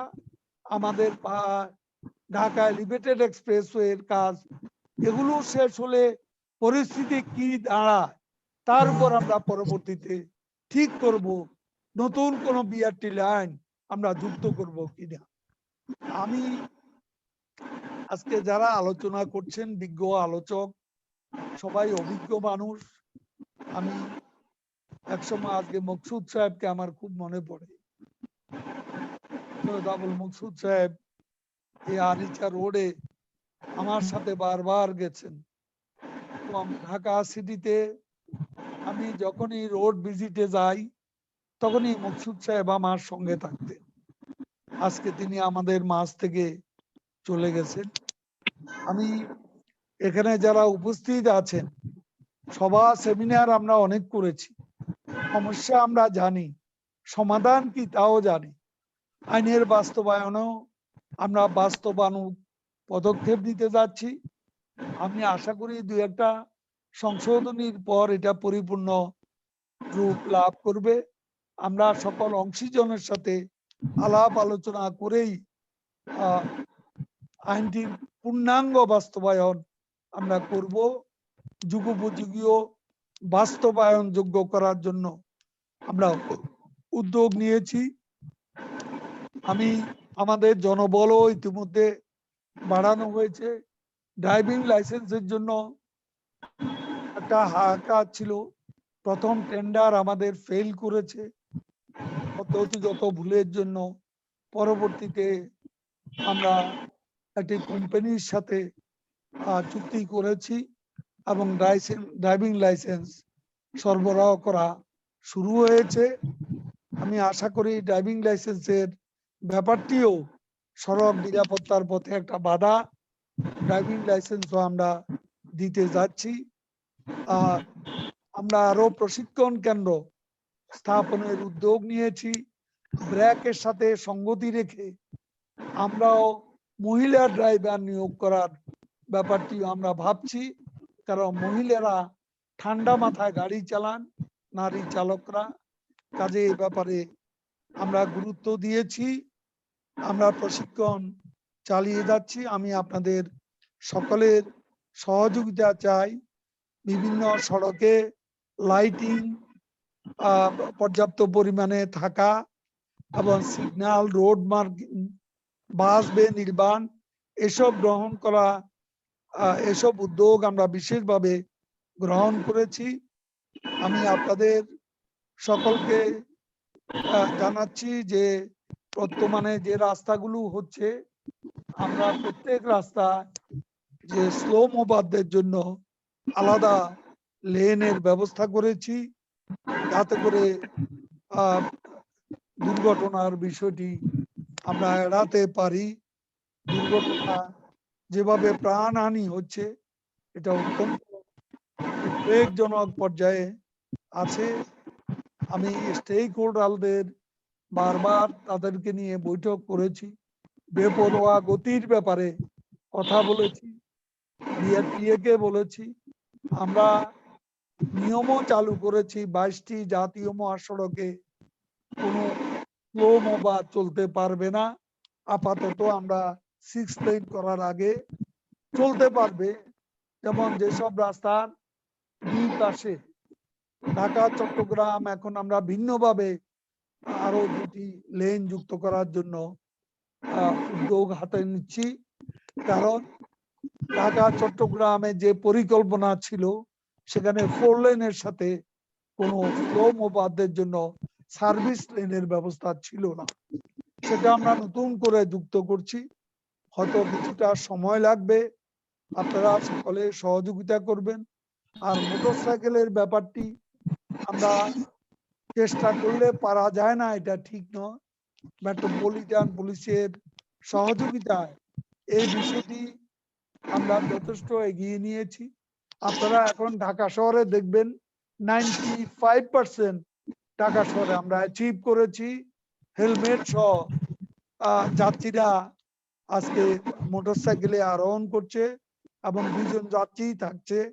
কিন্তু ঢাকার বাইরে এই বিষয়টি এখনো আমরা পুরোপুরি কার্যকর করতে পারিনি। কাজে আজকে আপনারা যে উদ্যোগ নিয়েছেন, আমি আপনাদেরকে অ্যাওয়ারনেস ক্যাম্পেইনে যুক্ত হওয়ার জন্য বিশেষভাবে অনুরোধ করছি। এখন প্রয়োজন স্টেক হোল্ডারদের সচেতন করা, এবং এই সচেতনতামূলক কাজটি শুধু মন্ত্রণালয়ের একার পক্ষে সম্ভব নয়। আপনারা যারা রোড সেফটি নিয়ে কাজ করেন, আপনাদেরও আমি সহযোগিতা আশা করছি। আজকে যে বক্তব্য, মূল নিবন্ধ সহ যে রিপোর্টটি সেটা আমাকে দেবেন। আমি নতুন কোনো সাজেশন থাকলে রোড সেফটির ব্যাপারে আমি সানন্দে সেটা গ্রহণ করব। আমি আপনাদের সবাইকে আবারও বলবো, আমার এখন চ্যালেঞ্জ হলো সড়কের শৃঙ্খলা। সড়কের শৃঙ্খলা ফিরিয়ে আনা মূল চ্যালেঞ্জ। সড়ক অনেক হয়েছে, সড়কে নিরাপত্তা যদি আমরা না দিতে পারি তাহলে উন্নয়নের কোনো দাম নেই, এবং সেটা আমি আপনাদের সাথে শতভাগ একমত হয়ে বিষয়টি। আর একটা বিষয় কি দাও, আমি এবার ভিন্ন একটা প্রসঙ্গ সাংবাদিকদের জন্য বলছি। অবশ্য একটা বিষয় এর সঙ্গে রিলেটেড। আপনারা জানেন এতদিন লকডাউনের কারণে দূরপাল্লার বাস চলাচল বন্ধ ছিল। এখন আমরা সার্বিক দিক বিবেচনা করে আমরা দেখেছি ভেঙে ভেঙে যেতে হলেও মানুষ কিন্তু যাচ্ছেই, যাওয়াও বন্ধ হয়নি, আসাও বন্ধ হয়নি। এবং আমরা দেখতে পেয়েছি এতে মানুষের একদিকে অর্থ কষ্ট, সময় দেয়, আবার ভেঙে ভেঙে যাত্রা একটা কষ্টকর ব্যাপার, যন্ত্রণার ব্যাপার। সেই জন্য আমাদের পরবর্তী 7 দিন লকডাউন বৃদ্ধি করা হয়েছে, কিন্তু দূরপাল্লার পরিবহন সার্বিক বিবেচনা করে আমরা তো ভাড়ায় অর্ধেক আসন খালি রেখে স্বাস্থ্যবিধি মেনে এই শর্তগুলো পালনের শর্তে, এই শর্তগুলো পালন করার বিধান রেখে আমরা আগামীকাল থেকে দূরপাল্লার আন্তঃজেলা বাস সার্ভিসও আমরা চালু করার ব্যাপারে সরকারের নির্দেশনা আসছে। আমি সবাইকে সে সমন্বিত ভাড়ায় অর্ধেক আসন খালি রেখে স্বাস্থ্যবিধি মেনে মাস্ক ব্যবহার বাধ্যতামূলক, এবং গাড়িটা চালু করার আগেই জীবাণুমুক্ত করা, স্যানিটাইজার ব্যবহার করা, হ্যান্ড স্যানিটাইজার যেন প্রত্যেক গাড়িতে থাকে, এবং অর্ধেক আসন যেন যে কোনো অবস্থায় অর্ধেক আসন খালি রাখতে হবে। এই শর্তে দূরপাল্লার পরিবহনও আগামীকাল থেকে চলবে। কথা বলে আমি আরেকটা বিষয় বলে শেষ করছি। সাংবাদিক রোজিনা ইসলাম জামিন পেয়েছেন, আপনারা জানেন। এর মধ্যে তার জামিন মঞ্জুরের মধ্য দিয়ে প্রমাণিত হলো বাংলাদেশে আদালত স্বাধীন এবং সরকার কোনো প্রকার হস্তক্ষেপ করে না। শেখ হাসিনা সরকার সাংবাদিক বান্ধব সরকার। এদেশের সাংবাদিক ও সংবাদপত্র শিল্পের জন্য এই সরকার যা করেছে ৭৫ পরবর্তীকালে আর কোন সরকার কার্যত তার কিছুই করতে পারেনি।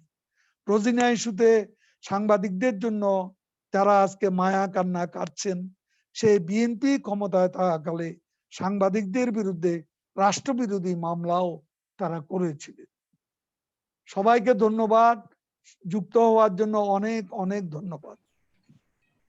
Thank you. ধন্যবাদ মাননীয় সংসদ, আপনার দিক নির্দেশনামূলক বক্তব্যের জন্য। আমরা সত্যি উপকৃত হয়েছে। আপনার নেতৃত্বে আমরা আগামীতে আরো সক্রিয়ভাবে কাজ করতে চাই। আপনার সদয় অবগতির জন্য জানাচ্ছি যে আপনি যে ল সংশোধনের প্রক্রিয়াটি ইতিমধ্যে শুরু করেছেন মন্ত্রণালয়ের পক্ষ থেকে, আমরা ব্রাক, বুয়েট এবং গ্লোবাল রোড সেফটি পার্টনারশিপের পক্ষ থেকে আমরা একটা লিখিত আবেদন জমা দিয়েছি যে সেখানে কি কি ধরনের সংশোধন আনা যেতে আমরা পারে। দেখছি, আমলও নিয়েছি। জি, আমরা আশা করি স্যার আপনার সাথে আমরা কাজ করতে পারবো আগামীতে। না, আমরা একসঙ্গে করতে হবে, একা কিছু পারবো না। জি স্যার, তো ধন্যবাদ আপনার এই সহযোগিতার জন্য। আপনি তো সবসময় করতে পারবো, মেট্রো রেল করতে পারবো। জি স্যার। পদ্মা সেতু হয়ে গেছে, হয়তো আরেকটাও হবে ভবিষ্যতে। কিন্তু এই যে শৃঙ্খলা, এটা আপনাদের ছাড়া হবে।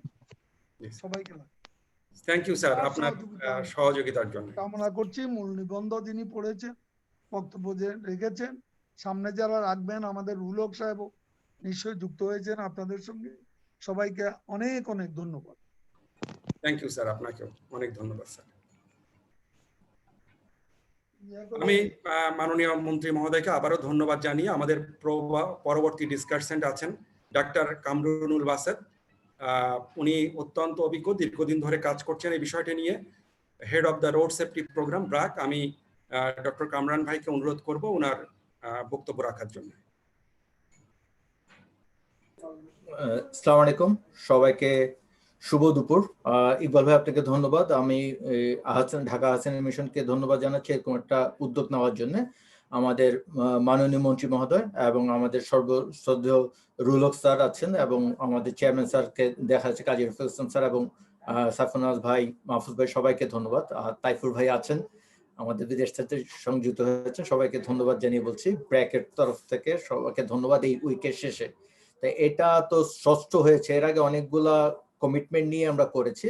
তো এইবারের কমিটমেন্টটা আমার কাছে মনে হয় যে স্পিড একটা বিগ কিলার, এবং স্পেশালি আরবানের জন্য যে এটা লাভ 30 বলেছে, এইটা আসলে একটা বড় উদ্যোগের ব্যাপার আমাদের। আমি যদি এখানে যেহেতু এই আমাদের ল নিয়ে অনেকগুলা কথা হয়েছে, তা আমি সেই আলোচনায় যাব না, কিন্তু এগুলা যেই শরীফুল ভাই এবং তাইফুর ভাই যেগুলো বলেছেন এগুলো সবগুলোর সাথে আমরা একমত, এবং আসলে এই বিহেভিয়ারাল চেঞ্জ গুলো আনা দরকার, এবং খুব ছোট ছোট মাইনর অ্যামেন্ডমেন্টের মাধ্যমেই এই জিনিসগুলো আসলে নিয়ে আসতে হবে।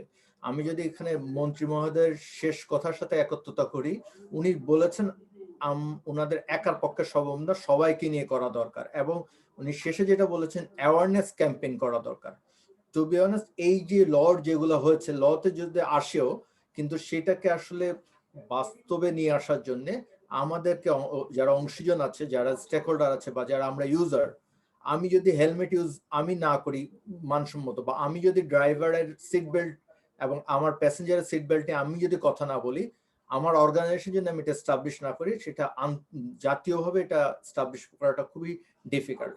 তো অতএব এই জিনিসগুলো নিয়ে, যেহেতু আমাদের দেশের কান্ট্রি পার্সপেক্টিভে এখানে তাইফুর ভাই এবং ওনার টিম সহায়তা নিয়ে আন্তর্জাতিক অনেকগুলো বেস্ট প্র্যাকটিসের কথা বলেছেন, কিন্তু এখানে আমি বলবো যে এই বেস্ট প্র্যাকটিস গুলাকে আমাদের দেশের সাথে সঙ্গতি করার জন্য আসলে আরো গবেষণাও দরকার। আমরা লতে আনার পর আমাদের পরবর্তীতে আমরা কিন্তু প্র্যাকটিক্যালি এসে অনেক চ্যালেঞ্জ পাবো। লতে চলে আসার পর বাস্তবের সাথে সমন্বয় করার জন্য আমাদেরকে আসলে এখনই গবেষণার ইস্যুটা আনতে হবে। স্পেশালি বিহেভিয়ারালি যে 5টা জিনিস বলেছে, যে speed, seat belt, helmet, child restraint, এবং আমাদের ড্রিঙ্ক ড্রাইভিং নিয়ে। এছাড়া অন্য জিনিসগুলো আছে, রোহলক স্যার আছেন বলে আমি আসলে এই জায়গাটা তুলছি। এটার বাইরেও যে আমাদের পোস্ট ক্র্যাশ যে পার্টটা ইজ ভেরি ইম্পর্টেন্ট, একটা নেগলেক্টেড পার্ট। এইটা আমাদের মানে আমরা যদি ফার্স্ট রেসপন্ডার তৈরি করা এবং এই চেইনটা তৈরি করা, এবং আমি যেটা বলছি এখানে আমাদের ফার্স্ট রেসপন্ডার একটা কোনো স্পেসিফিক ম্যানুয়াল নেই। আমরা সব অর্গানাইজেশনে যদি খোঁজা যায়, সব অর্গানাইজেশনে 2-3টা করে ম্যানুয়াল আছে, ইভেন সরকারেরই আছে 5-6টা। সো এটা আসলে সমন্বয় করে একটা স্ট্যান্ডার্ড করা উচিত, এবং সেটা সব অর্গানাইজেশন সবাই এটা ফলো করে, দেন এডিশনাল দিতে হবে। আমি স্যারের জন্য এটা নিয়েছি। আর যেটা আমার কাছে মনে হচ্ছে যে অ্যাডভোকেসি, তাইফুর ভাই, শরীফ ভাই, দেয়ার এক্সপার্ট। অ্যাডভোকেসি এবং মিডিয়া ক্যাম্পেইন, এই দুইটার সমন্বয়টা আমাদের দেশে প্রচন্ড দরকার। আমি যদি এখানে যদি বলি, খুব অনেক আগের একটা কথা, আমার বাচ্চা তখন 2.5 বছর ছিল, তখন সে বলতো বাঁচতে হলে জানতে হবে। আই এম কনফিউজ, ও কিভাবে এটা কি শিখছে, but she picked up this word from the TV ad. এত কালারফুল একটা অ্যাড ছিল, এত ছিল, এটা মানুষ এখন সবাই কিন্তু রিবনটা দেখলে বুঝতে পারবে এটা কি নিয়ে কথা হচ্ছে। কিন্তু আমাদের প্রতিদিনের যেই আমরা ঝুঁকিতে আছি সড়কের, এইটা নিয়ে কিন্তু আমরা কতজন সচেতন? আমার প্রশ্নটা হলো যে আমরা কিন্তু, আমি বলবো না, আরো অনেক ডিজিজ নিয়ে আমরা অনেক কিছু জানছি আমাদের পাঠ্যক্রমে বা অন্য জিনিস, কিন্তু আমরা এখান থেকে আজকে অফিসে এসেছি, অফিস থেকে আমি বাসায় যাব, আমি আমার মায়ের কাছে চলে যেতে পারবো কিনা, আমার পরিবারের কাছে যেতে পারবো কিনা, বা আমার যে চালক ভাইটা প্রতিদিন বের হচ্ছে সে কি ফিরে আসছে কিনা, সেটার ব্যাপারে আসলে কতটুকু সচেতনতা হচ্ছে। আমরা আরেকটা হলো যে চালক প্রফেশনালদেরকে আমরা অনেক সময় নেগলেক্টেড করি, ওনাদেরকে একটা স্ট্যান্ডার্ড সার্ভিস হিসেবে নিই না। এই ল গুলো আসলে ওনাদের যখন একটা সম্মানজনক পেশা হিসেবে হবে, তখন ল গুলো ওনারাও মানবে। আর আমি আর বক্তব্য দীর্ঘায়িত না, লাস্ট একটা কথাই যেটা বলতে চাচ্ছি, আমরা এই দশকটা খুবই ইম্পর্টেন্ট। আমরা যদি এখন সেকেন্ড ডিকেড অফ অ্যাকশন আছে, আমাদের এখন এসডিজি গোল আছে 2030-এর, দুইটা একই রকম টার্গেটে। আমাদের 8 5-year প্ল্যান আছে, এবং খুব রিসেন্টলি আমাদের যে national road safety strategic action plan আছে। এই যে 4টা জিনিস আছে, সরকারকে অনুরোধ করব যে এই 4টা জিনিসকে সমন্বয় করার জন্য। আমরা বেশিরভাগ সময় খুব টানেল ভিশনে আলাদা আলাদা ভাবে কাজ করি, সমন্বয়ের অভাবে লাস্টে এসে আমাদের কাজটাতে ডিস্টার্ব, মানে আমরা সফলতা হয়ে পাই না। সো আমি এখানে অনুরোধ করব মাননীয় মন্ত্রী ভাইয়ের কাছে যখন তথ্যটা যাবে, যে আমরা এইটাকে সমন্বয় করে যেন কাজ করি, সঙ্গে ল অ্যামেন্ডমেন্টের জিনিসটাকে আমরা যেন আধুনিকায়ন এবং যুগোপযোগী, যেটা তাইফুর ভাইয়ের কথা অনুযায়ী যে ইন্টারন্যাশনাল বেস্ট প্র্যাকটিসটাকে এখানে তুলে নিয়ে আসা, যেন পরবর্তী, এবং তার সাথে গবেষণা করা। আমি এই বলেই আমার তরফ থেকে শেষ করবো, এবং মন্ত্রী মহোদয়কে ধন্যবাদ দিব। উনি যে ব্র্যাকের যে মহিলার চালক তৈরির উদ্যোগকে মনে রেখেছেন এবং এটার ব্যাপারে আগ্রহী দিয়েছেন, এবং আমাদের ল অ্যামেন্ডমেন্টের যে প্রস্তাবনাগুলো উনি আমলে নিয়েছেন, সেই জন্য ওনাকে ধন্যবাদ জানাচ্ছি। আমি এই বলে আমার এখানে বক্তব্যটি শেষ করছি। ধন্যবাদ। ধন্যবাদ ডক্টর কামরান ভাই, আপনার চমৎকার বক্তব্য এবং খুব সংক্ষিপ্ত সময়ের মধ্যে যে মূল বিষয়গুলো আপনি তুলে ধরেছেন। আমরা আশা করি যে যৌথভাবে একসাথে আগামীতে কাজ করে এই বিষয়গুলোকে আমরা সরকারের হাতকে আরো শক্তিশালী করতে পারবো। তো এই পর্যায়ে আমি আরো একটি বাংলাদেশের professional organisation institute road accident research institute বুয়েটের ওখানকার assistant professor Kazi MD Saifun Nawaz ভাই, আপনাকে অনুরোধ জানাচ্ছি বক্তব্য রাখার জন্য। আপনারও দিক নির্দেশনামূলক বক্তব্য আজকের যারা ভিউয়ার্স আছে আমাদের লাইভ সেশনে এবং আমাদের যারা পলিসি মেকার আছে, আশা করি তাদেরও দৃষ্টিভঙ্গি বদলাতে এবং নতুন উদ্যোগ নিতে সাহায্য করবে।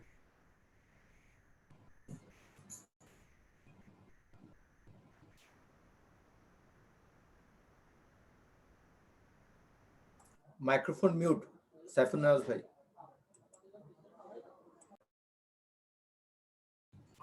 সবাইকে শুভেচ্ছা, আসসালামু আলাইকুম।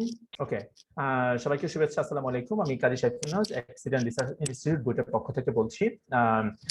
প্রথমে ধন্যবাদ ঢাকা আসিয়া মিশনকে যে গ্লোবাল রোড সেফটি উইক 2021-কে লক্ষ্য করে আমাদের যে একটা খুব চমৎকার একটা উদ্যোগ নেওয়ার জন্য। বিশেষ করে আমাদের এখানে প্রধান অতিথি হিসেবে ছিলেন আমাদের মাননীয় মন্ত্রী, উনি খুব চমৎকার দিক নির্দেশনা দিয়েছেন। তাইফুর ভাই খুব চমৎকার একটা প্রেজেন্টেশন করেছেন। আসলে এই কাজগুলো আমরা এর আগেও বেশ কিছু ডিসকাশন হয়েছে জিআরএসপির সাথে, ব্র্যাকের সাথে, আমাদের সাথে। এর একটা জিস্ট উনি প্রেজেন্ট করেছেন এবং এটা মন্ত্রী মহোদয় আমলে নিয়েছেন বলে আমার খুব ভালো লাগছে।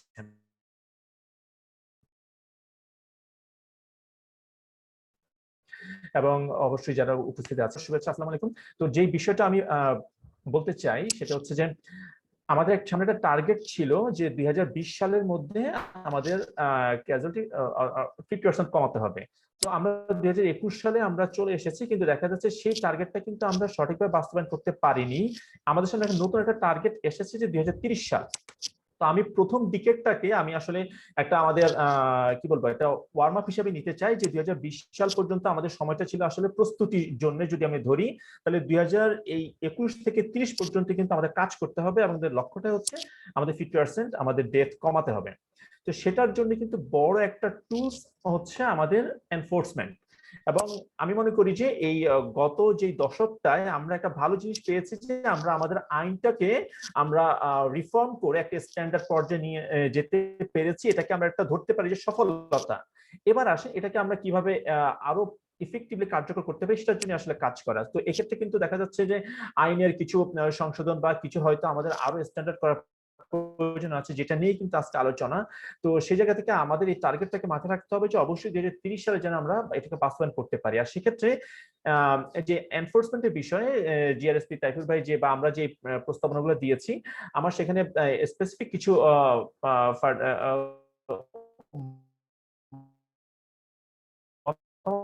রয়েছে। যেমন প্রথম যেই ব্যাপারটা আছে, পারলে আমি যত ভালো রাস্তা বানাই, যত ভালো আমি দক্ষ বা প্রশিক্ষিত চালক নিয়ে আসি, যত ভালো এনভায়রনমেন্ট দিই, বা যদি আমরা এই গতিসীমা যেটা আমার ডিজাইন স্পিড যেটা, এটাকে যদি আমি কন্ট্রোল করতে না পারি স্পিড ম্যানেজমেন্টের মাধ্যমে, তাহলে কোনো কিছু কাজ করবে না। কারণ দেখা যাবে যে স্পিড মানেই হচ্ছে সে পারসেপশন রিঅ্যাকশন টাইম তার অনেক কমে যাবে, যে কোনো মুহূর্তে সে দুর্ঘটনা ঘটাবে।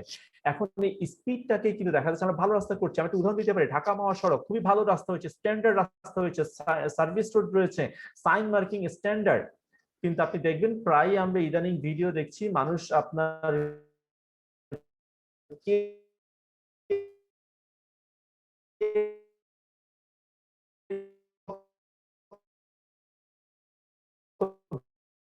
জোরে চালাচ্ছে সেটার ভিডিও শেয়ার করছে। এখানে আমার একটু মতামত আছে, সেটা হচ্ছে এখানে আমরা যেটা ভেহিকেল ভেদে করছি 90 kilometre per hour for car and motorcycle, এটাকে আমরা 90 আসলে বাংলাদেশের প্রেক্ষাপটে হয় কি 80 দিলেই সেটা চলে যায় 100-তে, মানে মনে করে যে ওটাই আজকে হয় না, তো সেই জায়গায় 90 দিলে ব্যাপারটা হয়তো বা অনেক ক্ষেত্রে মানে মানুষ 90টাও দেখা যায় ভায়োলেশন হয়ে সেটা 100-110 হয়ে যাবে। তো সেই জায়গা থেকে আমরা আমাদের বাংলাদেশের প্রেক্ষাপটে বা থিঙ্ক গ্লোবালি অ্যাক্ট লোকালি যদি আমরা এভাবে চিন্তা করি আর কি, হয়তো এটাকে আমরা 90 না করে 80-তে যেটা আমাদের এখনো গেজেটেড আছে সেটাতে রাখতে পারি কিনা সেটা আমরা আরেকবার ভাবতে পারি। আদারওয়াইজ কিন্তু অন্যগুলো খুব সুন্দর হয়েছে, চমৎকার হয়েছে। এবং সিট বেল্টের ব্যাপারে যেটা এসেছে, সিট বেল্টের ব্যাপারে আমি মনে করি এটা সবারই বোঝার কথা যে এটা আসলে কিন্তু যাত্রীদের জন্য। আমরা 2010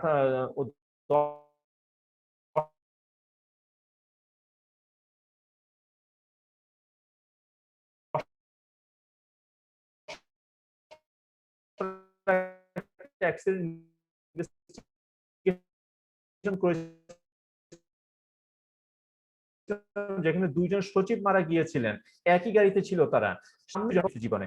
তো এই জায়গা থেকে কিন্তু একটা শিক্ষা নেওয়া দরকার যে আসলে সিট বেল্টটা কত গুরুত্বপূর্ণ যাত্রীদের জন্য। এটা আমি মনে করি আমাদের মানে খুব এটা আমাদের চোখের বাইরে চলে থেকে যাচ্ছে যে যাত্রীদের জন্য যে সিট বেল্টটা প্রয়োজন, আমি এটা খুব জরুরি, এটা ভালোভাবে এসেছে। ড্রিঙ্ক ড্রাইভিং এর ব্যাপারে পৃথিবীর অনেক দেশে কিন্তু ড্রিঙ্ক ড্রাইভিং আপনার বিএসসি লেভেলটা 0-তেও রেখেছে। তো আমাদের দেশের জন্য তাইফুর ভাই যেটা বা আমরা যেটা প্রস্তাব করেছি সেটাও হতে পারে। পাশাপাশি আরো যদি আমরা আরো কনজারভেটিভ হতে চাই সেক্ষেত্রে হয়তো আরো এটাকে, অর্থাৎ এটা একটা এক্সপেরিমেন্ট হতে পারে বা সার্ভে হতে পারে কতটুকু আমাদের দেশের জন্য অ্যালাউয়েবল। কারণ অনেক ক্ষেত্রে দেখা যায় আমাদের সেই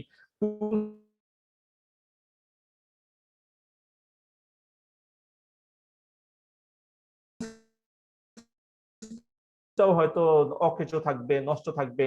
0.02 আছে, খুবই জরুরি। আমি মনে করি এটা খুবই সুন্দরভাবেই এসেছে। এবং ফাইনালি যেটা আসলে মন্ত্রী মহোদয় বলেছেন যে আমরা কিন্তু সড়ক তৈরি করেছি, কিন্তু আমাদের কিন্তু অনেক সড়ক তৈরি হয়েছে, কিন্তু আমাদের এখনো নিরাপত্তাটা আর কিন্তু আমরা দিতে পারিনি। তো এটা কিন্তু আসলেই সত্য, আমরা প্রচুর সড়ক তৈরি করেছি, শুধু কানেক্টিভিটি দিয়েছি, দাগ টানার মতো করে ফেলেছি পুরো বাংলাদেশে। দেখবেন আপনি সড়ক ভালো, কিন্তু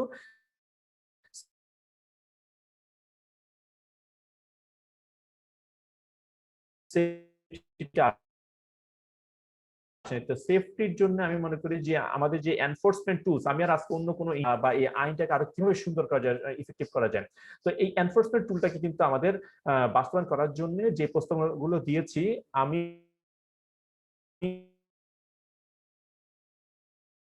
আশাবাদী যে আরো সাপোর্ট দিতে রাজি আছে, কিন্তু এটার জন্য একটা ডিসকাশন হতে পারে। এবং এই কোঅর্ডিনেশনটা আশা করি আসানি মিশন যেমন করেছে জিআরএসপিও করবে, এই আশাটাই আমি রাখছি। তো ধন্যবাদ। আমি আসলে আমার এই প্রেজেন্টেশন এবং এই বিষয়ের উপরে আমার আলোচনাটা এখানেই আপাতত শেষ করছি। পরে যদি প্রয়োজন হয় আবার আমি শেয়ার করব। ধন্যবাদ সবাইকে। আসসালামু আলাইকুম। ধন্যবাদ সাইফুন নেওয়াজ ভাই আপনার চমৎকার দিক নির্দেশনামূলক বক্তব্যের জন্য। আমরা উপকৃত হয়েছি আপনার বক্তব্যে, খুব সুনির্দিষ্টভাবে আপনি উল্লেখ করেছেন আমাদের প্রয়োজনীয়তাগুলোকে। এই পর্যায়ে আমি doctor Syed Mahfuzul Haque, national professional officer, বিশ্ব স্বাস্থ্য সংস্থা, আমি ডক্টর মাহফুজ ভাইকে অনুরোধ করব আপনার বক্তব্য উপস্থাপনের জন্য। ধন্যবাদ ইকবাল ভাই। সম্মানিত সভাপতি মহোদয়, সম্মানিত প্রধান অতিথি, সম্মানিত বিশেষ অতিথি, উপস্থিত সুধী মণ্ডলী এবং যারা শুনছেন সবাইকে শুভেচ্ছা। আমি আসানি মিশনকে ধন্যবাদ জানাই আজকের এই আয়োজনের জন্য। আমরা কিছু চমৎকার প্রেজেন্টেশন শুনেছি। আমরা জানি যে আমরা সড়কের ব্যাপারে যখন কথা বলি তখন আমরা বেসিক্যালি 5টা পিলার নিয়ে কথা বলি। একটা হলো পলিসি পিলার, একটা হলো যেখানে বাংলাদেশে অলরেডি কিছু অর্জন হয়েছে, 2018 সালের আইন হয়েছে এবং এটা এখন অ্যামেন্ড করে আরো ভালো করার যে আলোচনাটা, যেটা আজকের মূল প্রতিপাদ্য বিষয়। এছাড়াও রয়েছে ইনফ্রাস্ট্রাকচারের বিষয়, যে ব্যাপারে মাননীয় মন্ত্রী মহোদয় চমৎকারভাবে বাংলাদেশ সরকারের যে উদ্যোগগুলো সেগুলোকে তুলে ধরেছেন। থার্ডলি ভেহিকেল হচ্ছে আরেকটা পিলার, ইউজার হচ্ছে আরেকটা পিলার, এবং পোস্ট ক্র্যাশ রেসপন্স হচ্ছে আরেকটা পিলার। এই 5টা পিলারের উপরে ভিত্তি করে একটা দেশের আমাদের যে সড়কের যে নিরাপত্তা, এই জিনিসগুলো দাঁড়িয়ে থাকে। কিন্তু definitely to start with the most important thing is of course the policy. কারণ আমি যদি সঠিক পলিসি থাকে, সঠিক আইন থাকে, তাহলেই সেটা বাস্তবায়নের সুযোগ আসে। কিন্তু যদি আইনই না থাকে বা পলিসি না থাকে, আমি বাস্তবায়ন করব কি?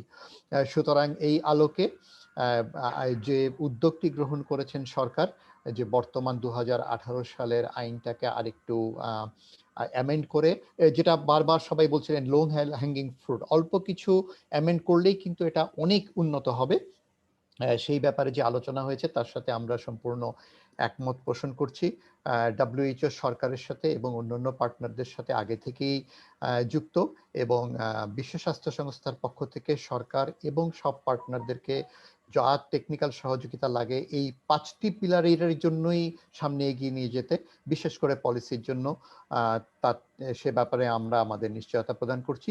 আর সেই সাথে যেহেতু WHO বিশেষ করে হেলথ সেক্টরে কাজ করে, একটু বলি যে আমরা পোস্ট ক্র্যাশ রেসপন্সটাও বিশেষ গুরুত্বের সাথে দেখছি, এবং যেমনটি কামরান ভাই বলছিলেন, আমাদের এখানে একটা সমন্বয়ের দরকার, এবং আমরা already director general of health সার্ভিসের সাথে কথা বলছি, এবং আশা করছি আমরা আগামী কিছুদিনের ভিতরেই এই with all other initiatives post crash রেসপন্সকেও একটা সমন্বিত একটা নেটওয়ার্কের আন্ডারে আনা, একটা পলিসি করা, একটা ন্যাশনাল প্রোটোকল করা এবং সেটাকে ইমপ্লিমেন্ট করা, এই ব্যাপারে আমরা উদ্যোগ নিচ্ছি। আপনাদের সবাইকে ধন্যবাদ। ধন্যবাদ মাহফুজ ভাই আপনার চমৎকার উপস্থাপনার জন্য। বিশেষ করে দীর্ঘদিন ধরে আপনার সাথে আমরা কাজ করি, বিভিন্ন বিষয় নিয়ে কথা বলি।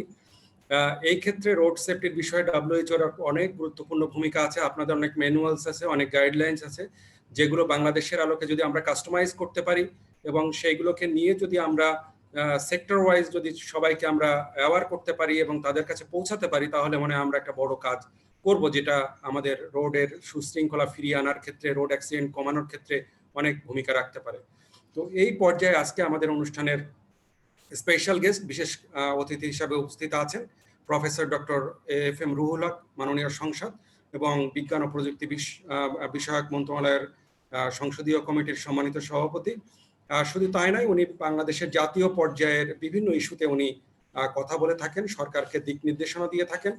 তো ঠিক এই ক্ষেত্রেও আমরা ওনার একটা বড় ভূমিকা চাই, কারণ আমরা জানি যে এই রোড সেফটির ইস্যুটি, রোড অ্যাক্সিডেন্টের বিষয়টি নন কমিউনিকেবল ডিজিজের একটি পার্ট হিসাবেও ওনার যে স্বাস্থ্যের বিষয়ে যে অভিজ্ঞতা আছে কাজ করার, সেক্ষেত্রেও একটা বড় ভূমিকা রাখতে পারে। তো আমি অনুরোধ জানাচ্ছি professor doctor AFM Ruhul Haque, মাননীয় সংসদ, আপনার বক্তব্য উপস্থাপন করার জন্য। মাননীয় সংসদ। ধন্যবাদ। আসসালামু আলাইকুম। ঢাকা আহসান মিশনের কর্তৃক আয়োজিত গ্লোবাল রোড সেফটি উইক 2021-এ লাইভ অনুষ্ঠানে আমাকে আমন্ত্রণ জানানোর জন্য, বিশেষ করে আমাদের সভাপতি কাজী রফিকুর রহমান সাহেব এবং আমাদের প্রধান অতিথি আমার নেতা, আমার পার্টির নেতা, আমাদের সকলের বিশেষ দিক নির্দেশক, বর্তমান সময়ে বাংলাদেশে মাননীয় প্রধানমন্ত্রী জননেত্রী শেখ হাসিনার সাথে যিনি কাঁধে কাঁধ মিলিয়ে কাজ করে দেশটাকে এগিয়ে নিয়ে যাচ্ছেন, এবং রোডের ব্যাপারে এবং ব্রিজের ব্যাপারে যিনি আমাদেরকে সকল সময় সহযোগিতা করছেন, তার কাছে আমি কৃতজ্ঞ।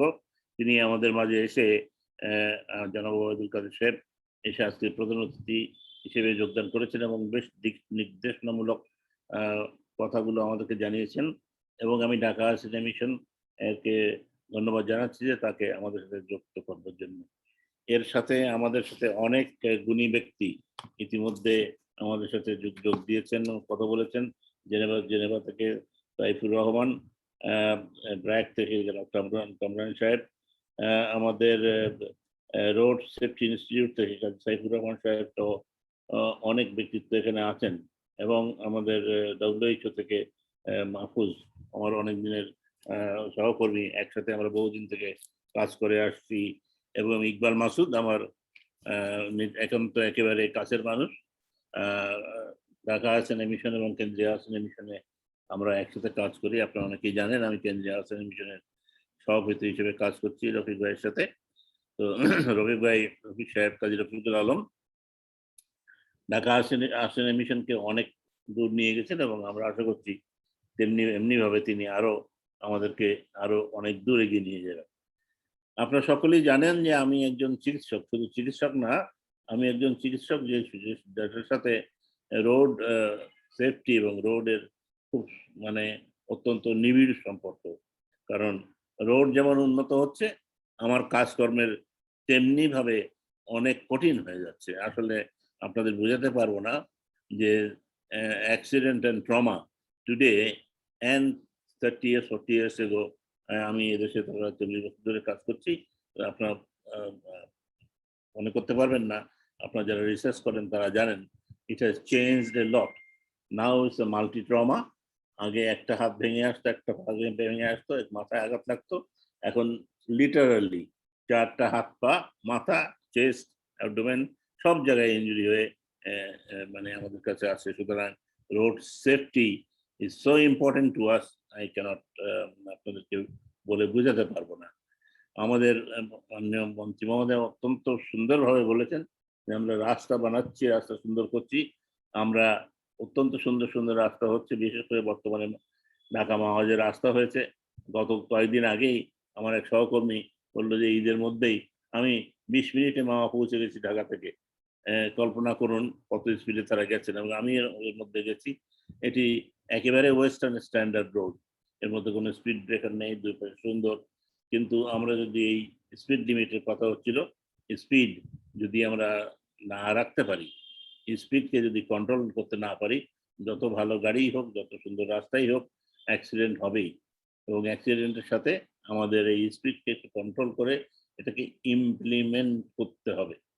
স্পিড লিমিট শুধু লিখে রাখলেই হবে না, যে এখানে আমি একমত। আমি মনে করি 90 কিলোমিটারের চেয়ে তো 80 কিলোমিটারই আমার মনে হয় আমাদের করা উচিত, কারণ যা বলা হবে তার সাথে 8-10 কিলোমিটার বেড়ে যাবে। এবং আমি ওই রাস্তায় দেখেছি ড্রাইভারদের 100 কিলোমিটারের নিচে বুঝিয়ে রাখাই খুব মুশকিল। আমি আমার ড্রাইভারকে বলি সব সময় যে 100 কিলোমিটার উপরে যাওয়া না, তারপরেও কখন চলে যায়, কারণ রাস্তা এত সুন্দর, গাড়ির স্পিড কত উঠেছে তো খেয়ালই থাকে না। তো সুতরাং this is a very important part of the management. তো আমি মনে করি আমাদের এই বিষয়ে অত্যন্ত লক্ষ্য রাখা উচিত। আইন আছে এবং আইনকে কাজে লাগাতে হবে। আমি মনে করি যে ঢাকা হাসান মিশনের এই আজকের এই আয়োজন, এটি আমার মনে হয় দৃষ্টান্তমূলক হয়ে থাকবে। বিশ্ব স্বাস্থ্য সংস্থা কর্তৃক বহুদিন থেকে, আমি বিশ্ব স্বাস্থ্য সংস্থার সাথে বহুদিন থেকে এই রোড সেফটি নিয়ে কাজ করে আসছি। এর আগে এই রোড সেফটি ইনস্টিটিউটে এখানে যে সিনিয়র টিচাররা ছিলেন তারা জানবেন, আমি এই ইউনিভার্সিটি রোড সেফটি এই ইনস্টিটিউটের সাথে নিয়ে পঙ্গু পুনর্বাসনের হাসপাতালে যখন আমি কাজ করতাম, সে সময় তাদের সাথে নিয়ে WHO কে সাথে নিয়ে এটাকে অনেক আইন পরিবর্তন করবার জন্য আমি যথেষ্ট সংগ্রাম করেছি এবং এখনো করতে থাকবো এবং করে যাব, কারণ it is directly involve with my professional work. তো সড়ক দুর্ঘটনা একেবারেই আমাদেরকে কমাতে হবে। আমাদের যে 10-12 লক্ষ 13 লক্ষ লোক সারা বিশ্বে মারা যায়, এবং আমরা জানি this is the most common cause of death below 40 years। 40-এর নিচে যদি আমরা মনে করি তাহলে 40-এর উপরে গেলে ক্যান্সার 1 নম্বর কজ, তার নিচে আসলে এখন আমরা সড়ক দুর্ঘটনার মধ্যে আবার আপনারা সকলেই জানেন যারা এখানে আছেন তারা সড়ক রিসার্চার, ইট ইজ দি পেডেস্ট্রিয়ানস, যারা হেঁটে বেড়ায় তাদের সড়ক দুর্ঘটনায় কিন্তু আঘাত অনেক বেশি, এবং সেই জন্য সেদিকেও আমাদের খেয়াল করা বিশেষ দরকার, বিশেষ খেয়াল রাখা দরকার। আমি পয়েন্ট আকারে 2-4টি কথা বলবো। এখানে আমাদের সিট বেল্ট বাঁধার কথা বলা হচ্ছে। সিট বেল্টটা আমরা এখনো ঠিক মতো ইমপ্লিমেন্ট করতে পারিনি। শুধু ড্রাইভারের সাথে শুধু ফ্রন্ট যে সামনের সিটে যিনি বসেন সেটিকেও যদি ইমপ্লিমেন্ট করা যায় তাও তো অনেক হতো, কিন্তু শুধু আমি মনে করি ইট ইজ অ্যাবাউট টাইম যে আমরা কারের মধ্যে সামনে এবং পেছনের সিটেও সিট বেল্ট বাঁধার আইনটাকে আছে কিনা, লেখা আছে কিনা আমি ঠিক জানি না। যদি না লেখা থাকে তাহলে আমার মনে হয় this is about time that it should be implemented, it should be included. কারণ পেছনের সিটেও যারা থাকেন তাদের সিট বেল্ট বাঁধাও অত্যন্ত জরুরি, কারণ যে আপনারা জানেন আমাদের বিখ্যাত ব্যক্তিগণ যারা রাস্তায় চলছেন কিছুদিন আগে পেছনের সিটে বসেছিলেন, যারা সিট বেল্টে বসছিলেন তাদের কিছু হয়নি, যারা পেছনের সিটে অন্যরা মারা গেছে। আমাদের এই কথা সকলেই জানি, সুতরাং ইট শুড বি ব্রট আউট। আমার মনে হয় this is about time that we try to implement this. আমাদের আলোচনায় আজকে অত্যন্ত সুন্দর সুন্দর কথা, বিশেষ করে মাননীয় মন্ত্রী মহোদয় অনেক সুন্দর কথা বলেছেন, এবং আমাদের এই কথাগুলো মনে রেখে কাজে লাগাতে হবে। যেমন বলেছেন স্ট্রিটস ফর, যেমন আমি শুনলাম যে স্ট্রিটস ফর লাইফ, যে বর্তমান যে আমাদের এবারে প্রতিবদ্ধ বিষয়, সেই রাস্তায় জীবনকে বাঁচিয়ে রাখতে হলেই আমাদের যে কাজগুলো করতে হবে সেই দিকে আমাদের বিশেষ করে মন দেওয়ার দরকার। আমাদের আরেকটি বিষয় এসছে রোডস এর ফার্স্ট রেসপন্ডার্স। আনফর্চুনেটলি আমাদের দেশে অ্যাম্বুলেন্স সার্ভিসটা বা ফার্স্ট রেসপন্ডার্সটা আমরা সরকারি পর্যায়ে সঠিকভাবে ইমপ্লিমেন্ট করতে পারি নাই। এখনো আমাদের অ্যাম্বুলেন্সগুলো প্রতি হাসপাতালে হাসপাতালে থাকে এবং সেখান থেকে মোস্টলি 99% আনট্রেন্ড পিপল দ্বারা পরিচালিত হয়, এবং এর ফলে তারা তো সেখানে কন্ট্রোলই করতে পারে না। আর সেন্ট্রালাইজ যেহেতু 999 আছে, কিন্তু এটি ফায়ার সার্ভিস এবং ওখানে অ্যাম্বুলেন্স সার্ভিসের সঠিক প্রয়োজনটা যদি আমরা ঠিক করতে পারি, বিশেষ করে বর্তমানে ঢাকা শহরের মতো বড় বড় শহরগুলোতে, বিশেষ করে ঢাকা শহরে সেন্ট্রালাইজড অ্যাম্বুলেন্স সার্ভিস, মানে এটা 99 অ্যাম্বুলেন্সে যে ডাক্তার বললেই বিভিন্ন জায়গায় স্টেশন, ফায়ার সার্ভিসে যেমন স্টেশন আছে, অ্যাম্বুলেন্সের এরকম স্টেশন থাকতে হবে। সেই স্টেশন দিয়ে সেখান থেকে ডিরেকশন দিবে যে এটি মগবাজারে যাবে, ওটি উত্তরে যাবে, ওটি ওল্ড টাউনে যাবে, সেরকম তাদেরকে দিক নির্দেশনা দিয়ে সেখান থেকে আসতে হবে। Unfortunately the whole ambulance service is mostly privately managed and দালাল managed. এটাকে আমরা ঠিক করে না আনতে পারলে আমি মনে করি এই সার্ভিস ফার্স্ট রেসপন্ডার্স সার্ভিসটাকে ঠিক করা যাবে না। এবং আপনারা জানেন, আমরা চিকিৎসক হিসেবে জানি, এবং ডেফিনেটলি আপনারাও জানেন যারা রিসার্চ করেন, আগে বলতো first hour is the golden hour, এখন first half an hour is the golden half an hour বলা হচ্ছে। 1 ঘন্টার মধ্যে যদি মানুষকে, সিরিয়াস মানুষকে যদি কাছে পৌঁছানো যায়, তার এয়ারওয়ে ব্রিদিং যদি এস্টাবলিশ করা যায়, তাহলে তাকে বাঁচিয়ে রাখা যায়। পরবর্তী পর্যায়ে তা না হলে তাকে বাঁচিয়ে রাখা যায় না। তো first half an hour or first few minutes is the most important time, এবং সেই জায়গায় আমাদের নিয়ন্ত্রণ করতে গেলে অ্যাম্বুলেন্স সার্ভিস থেকে সেন্ট্রালাইজ করে কিছু কিছু ইন্ডিয়ার কিছু কিছু শহরে আছে, এটিকে সেন্ট্রালাইজ ম্যানেজমেন্ট, এটা করতে গেলে একটি বৃহৎ চেঞ্জ আনা দরকার। এবং আমি মনে করি যে সকল অ্যাম্বুলেন্স ব্যবসায়ীরা প্রাইভেট সেক্টরে আছে তাদেরকে ইনকর্পোরেট করেও ইট ইজ করা সম্ভব, but that needs a big change in the health management overall. So আমি মনে করি চিকিৎসক হিসেবে এটি আমার বড় দায়িত্ব। আপনারা যারা প্ল্যানিং করছেন এবং যারা অ্যাডভোকেসি করছেন, তারা আশা করি এই জিনিসগুলো বলবেন আমি বলে মনে করি। আমাদের রোডের যে আইন কানুনগুলো আমাদের দেশে, আমি অত্যন্ত আনন্দিত যে বিদেশে যেমন সাইড রোডস কম থাকে, যে স্লো মুভিং ভেহিকেলের জন্য যে সাইড রোডস গুলো দেওয়া হচ্ছে, আমার মনে হয় দিস ইজ ভেরি গুড, এবং এইটা যদি সঠিকভাবে মেনটেন করা যায় তাহলে আমাদের জন্য খুব ভালো হবে। আমি আশা করি হাসান মিশন, ঢাকা হাসান মিশন যে উদ্যোগটি নিয়েছে, এটি সকলের জন্যই আমাদের ভালো, এবং আমি ঢাকা হাসান মিশনের একজন কর্মী হিসেবে আমি তাদের সাধুবাদ জানাই, এবং মাননীয় মন্ত্রী মহোদয় সহ এখানে যে সকল ইম্পর্টেন্ট ব্যক্তিবর্গ এসে কথা বলেছেন, তাদের সকলকে সাধুবাদ জানিয়ে আমি শেষ করতে চাই। মাননীয় প্রধানমন্ত্রীর দীর্ঘায়ু সুস্বাস্থ্য কামনা করি। জয় বাংলা, জয় বঙ্গবন্ধু। আসসালামু আলাইকুম। কাজী রফিকুল ইসলাম সাহেবকে ধন্যবাদ জানাচ্ছি সভাপতি হিসেবে আমাদের মাঝে থাকার জন্য। আসসালামু আলাইকুম।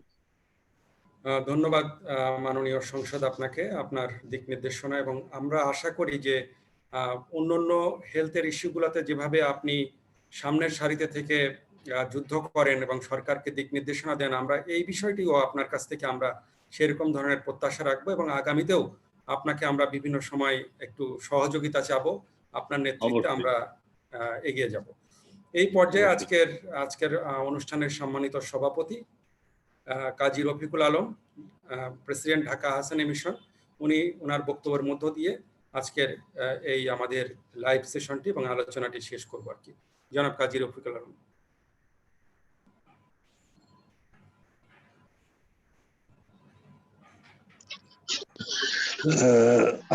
ধন্যবাদ।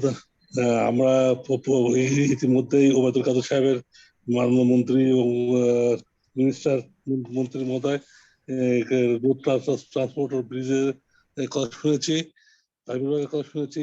রোলক সাহেবের যেভাবে উদ্যোগী ভূমিকা দেখছি, সেভাবে তাকে মূল্যায়ন করতে করা হচ্ছে না। তো আমাদের করা উচিত বলে আমি মনে করি। তো আমরা এই শহীদ মাহমুদুল হক সাহেব, সাইফুল নেয়াজ সাহেব, শরীফুল আলম সাহেব, তৈফুর ভাই, এদের প্রত্যেকের বক্তব্য শুনেছি এবং ইগল মসুদ সাহেব বক্তব্য শুনেছি। তো আমরা সবাই ধন্যবাদ জানাচ্ছি, সবাইকে ধন্যবাদ জানাচ্ছি। সাইফুল ভাইকে যেভাবে উনি জেনেভা থেকে উনি আমাদের সাথে সম্পর্ক করলেন, সেভাবে উনি বেশ কিছু গুরুত্বপূর্ণ কথা বলেছেন, যেমন ড্রিঙ্ক ড্রাইভের কথা বলেছেন, সিট বেল্টের কথা বলেছেন, ড্রাইভার থাকলেও সিট বেল্ট বাধা উচিত করতে হবে, ভালো ভালো কাজ কথা বলেছেন উনি। এবং বঙ্গবন্ধুর জুডিও কুড়ি কথা বলেছেন মন্ত্রী মহোদয়, জুডিও কুড়ি স্বার্থপদক পেয়েছিলেন আমাদের বঙ্গবন্ধু শেখ মুজিবুর রহমান সাহেব। সেই জন্য তাকে ধন্যবাদ জানাচ্ছি, কৃতজ্ঞতা জানাচ্ছি। এবং আমরা মনে করি যে এই ধরনের শান্তি পুরস্কার আরো প্রতি বছর পাওয়া উচিত বলে মনে করি। তো আমাদের মাননীয় মন্ত্রী মহোদয়কে ধন্যবাদ জানাচ্ছি। আর বিশেষভাবে ডক্টর রুলককে ধন্যবাদ জানাচ্ছি, তিনি মাননীয় সাংসদ এবং তিনি কেন্দ্রীয় আশ্রম মিশনের সভাপতি আছেন। তো তাকে ধন্যবাদ জানাচ্ছি। তো এইভাবে বলে আমি শেষ করছি। কথা হবে। ধন্যবাদ সবাইকে। আমরা আজকের লাইভ সেশনটি শেষ করছি। আমরা আশা করি সবার সাথে আমাদের যোগাযোগ রক্ষা করব এবং আগামীতে এই ইস্যুটি নিয়ে পরবর্তী পর্যায়ে যে করণীয়গুলো আছে সেগুলো আমরা বাস্তবায়নের উদ্যোগ নিব। ধন্যবাদ সবাইকে। সবাইকে ধন্যবাদ। সবাইকে ভালো আছেন? জি, আসসালামু আলাইকুম। শরীর ভালো যাচ্ছে?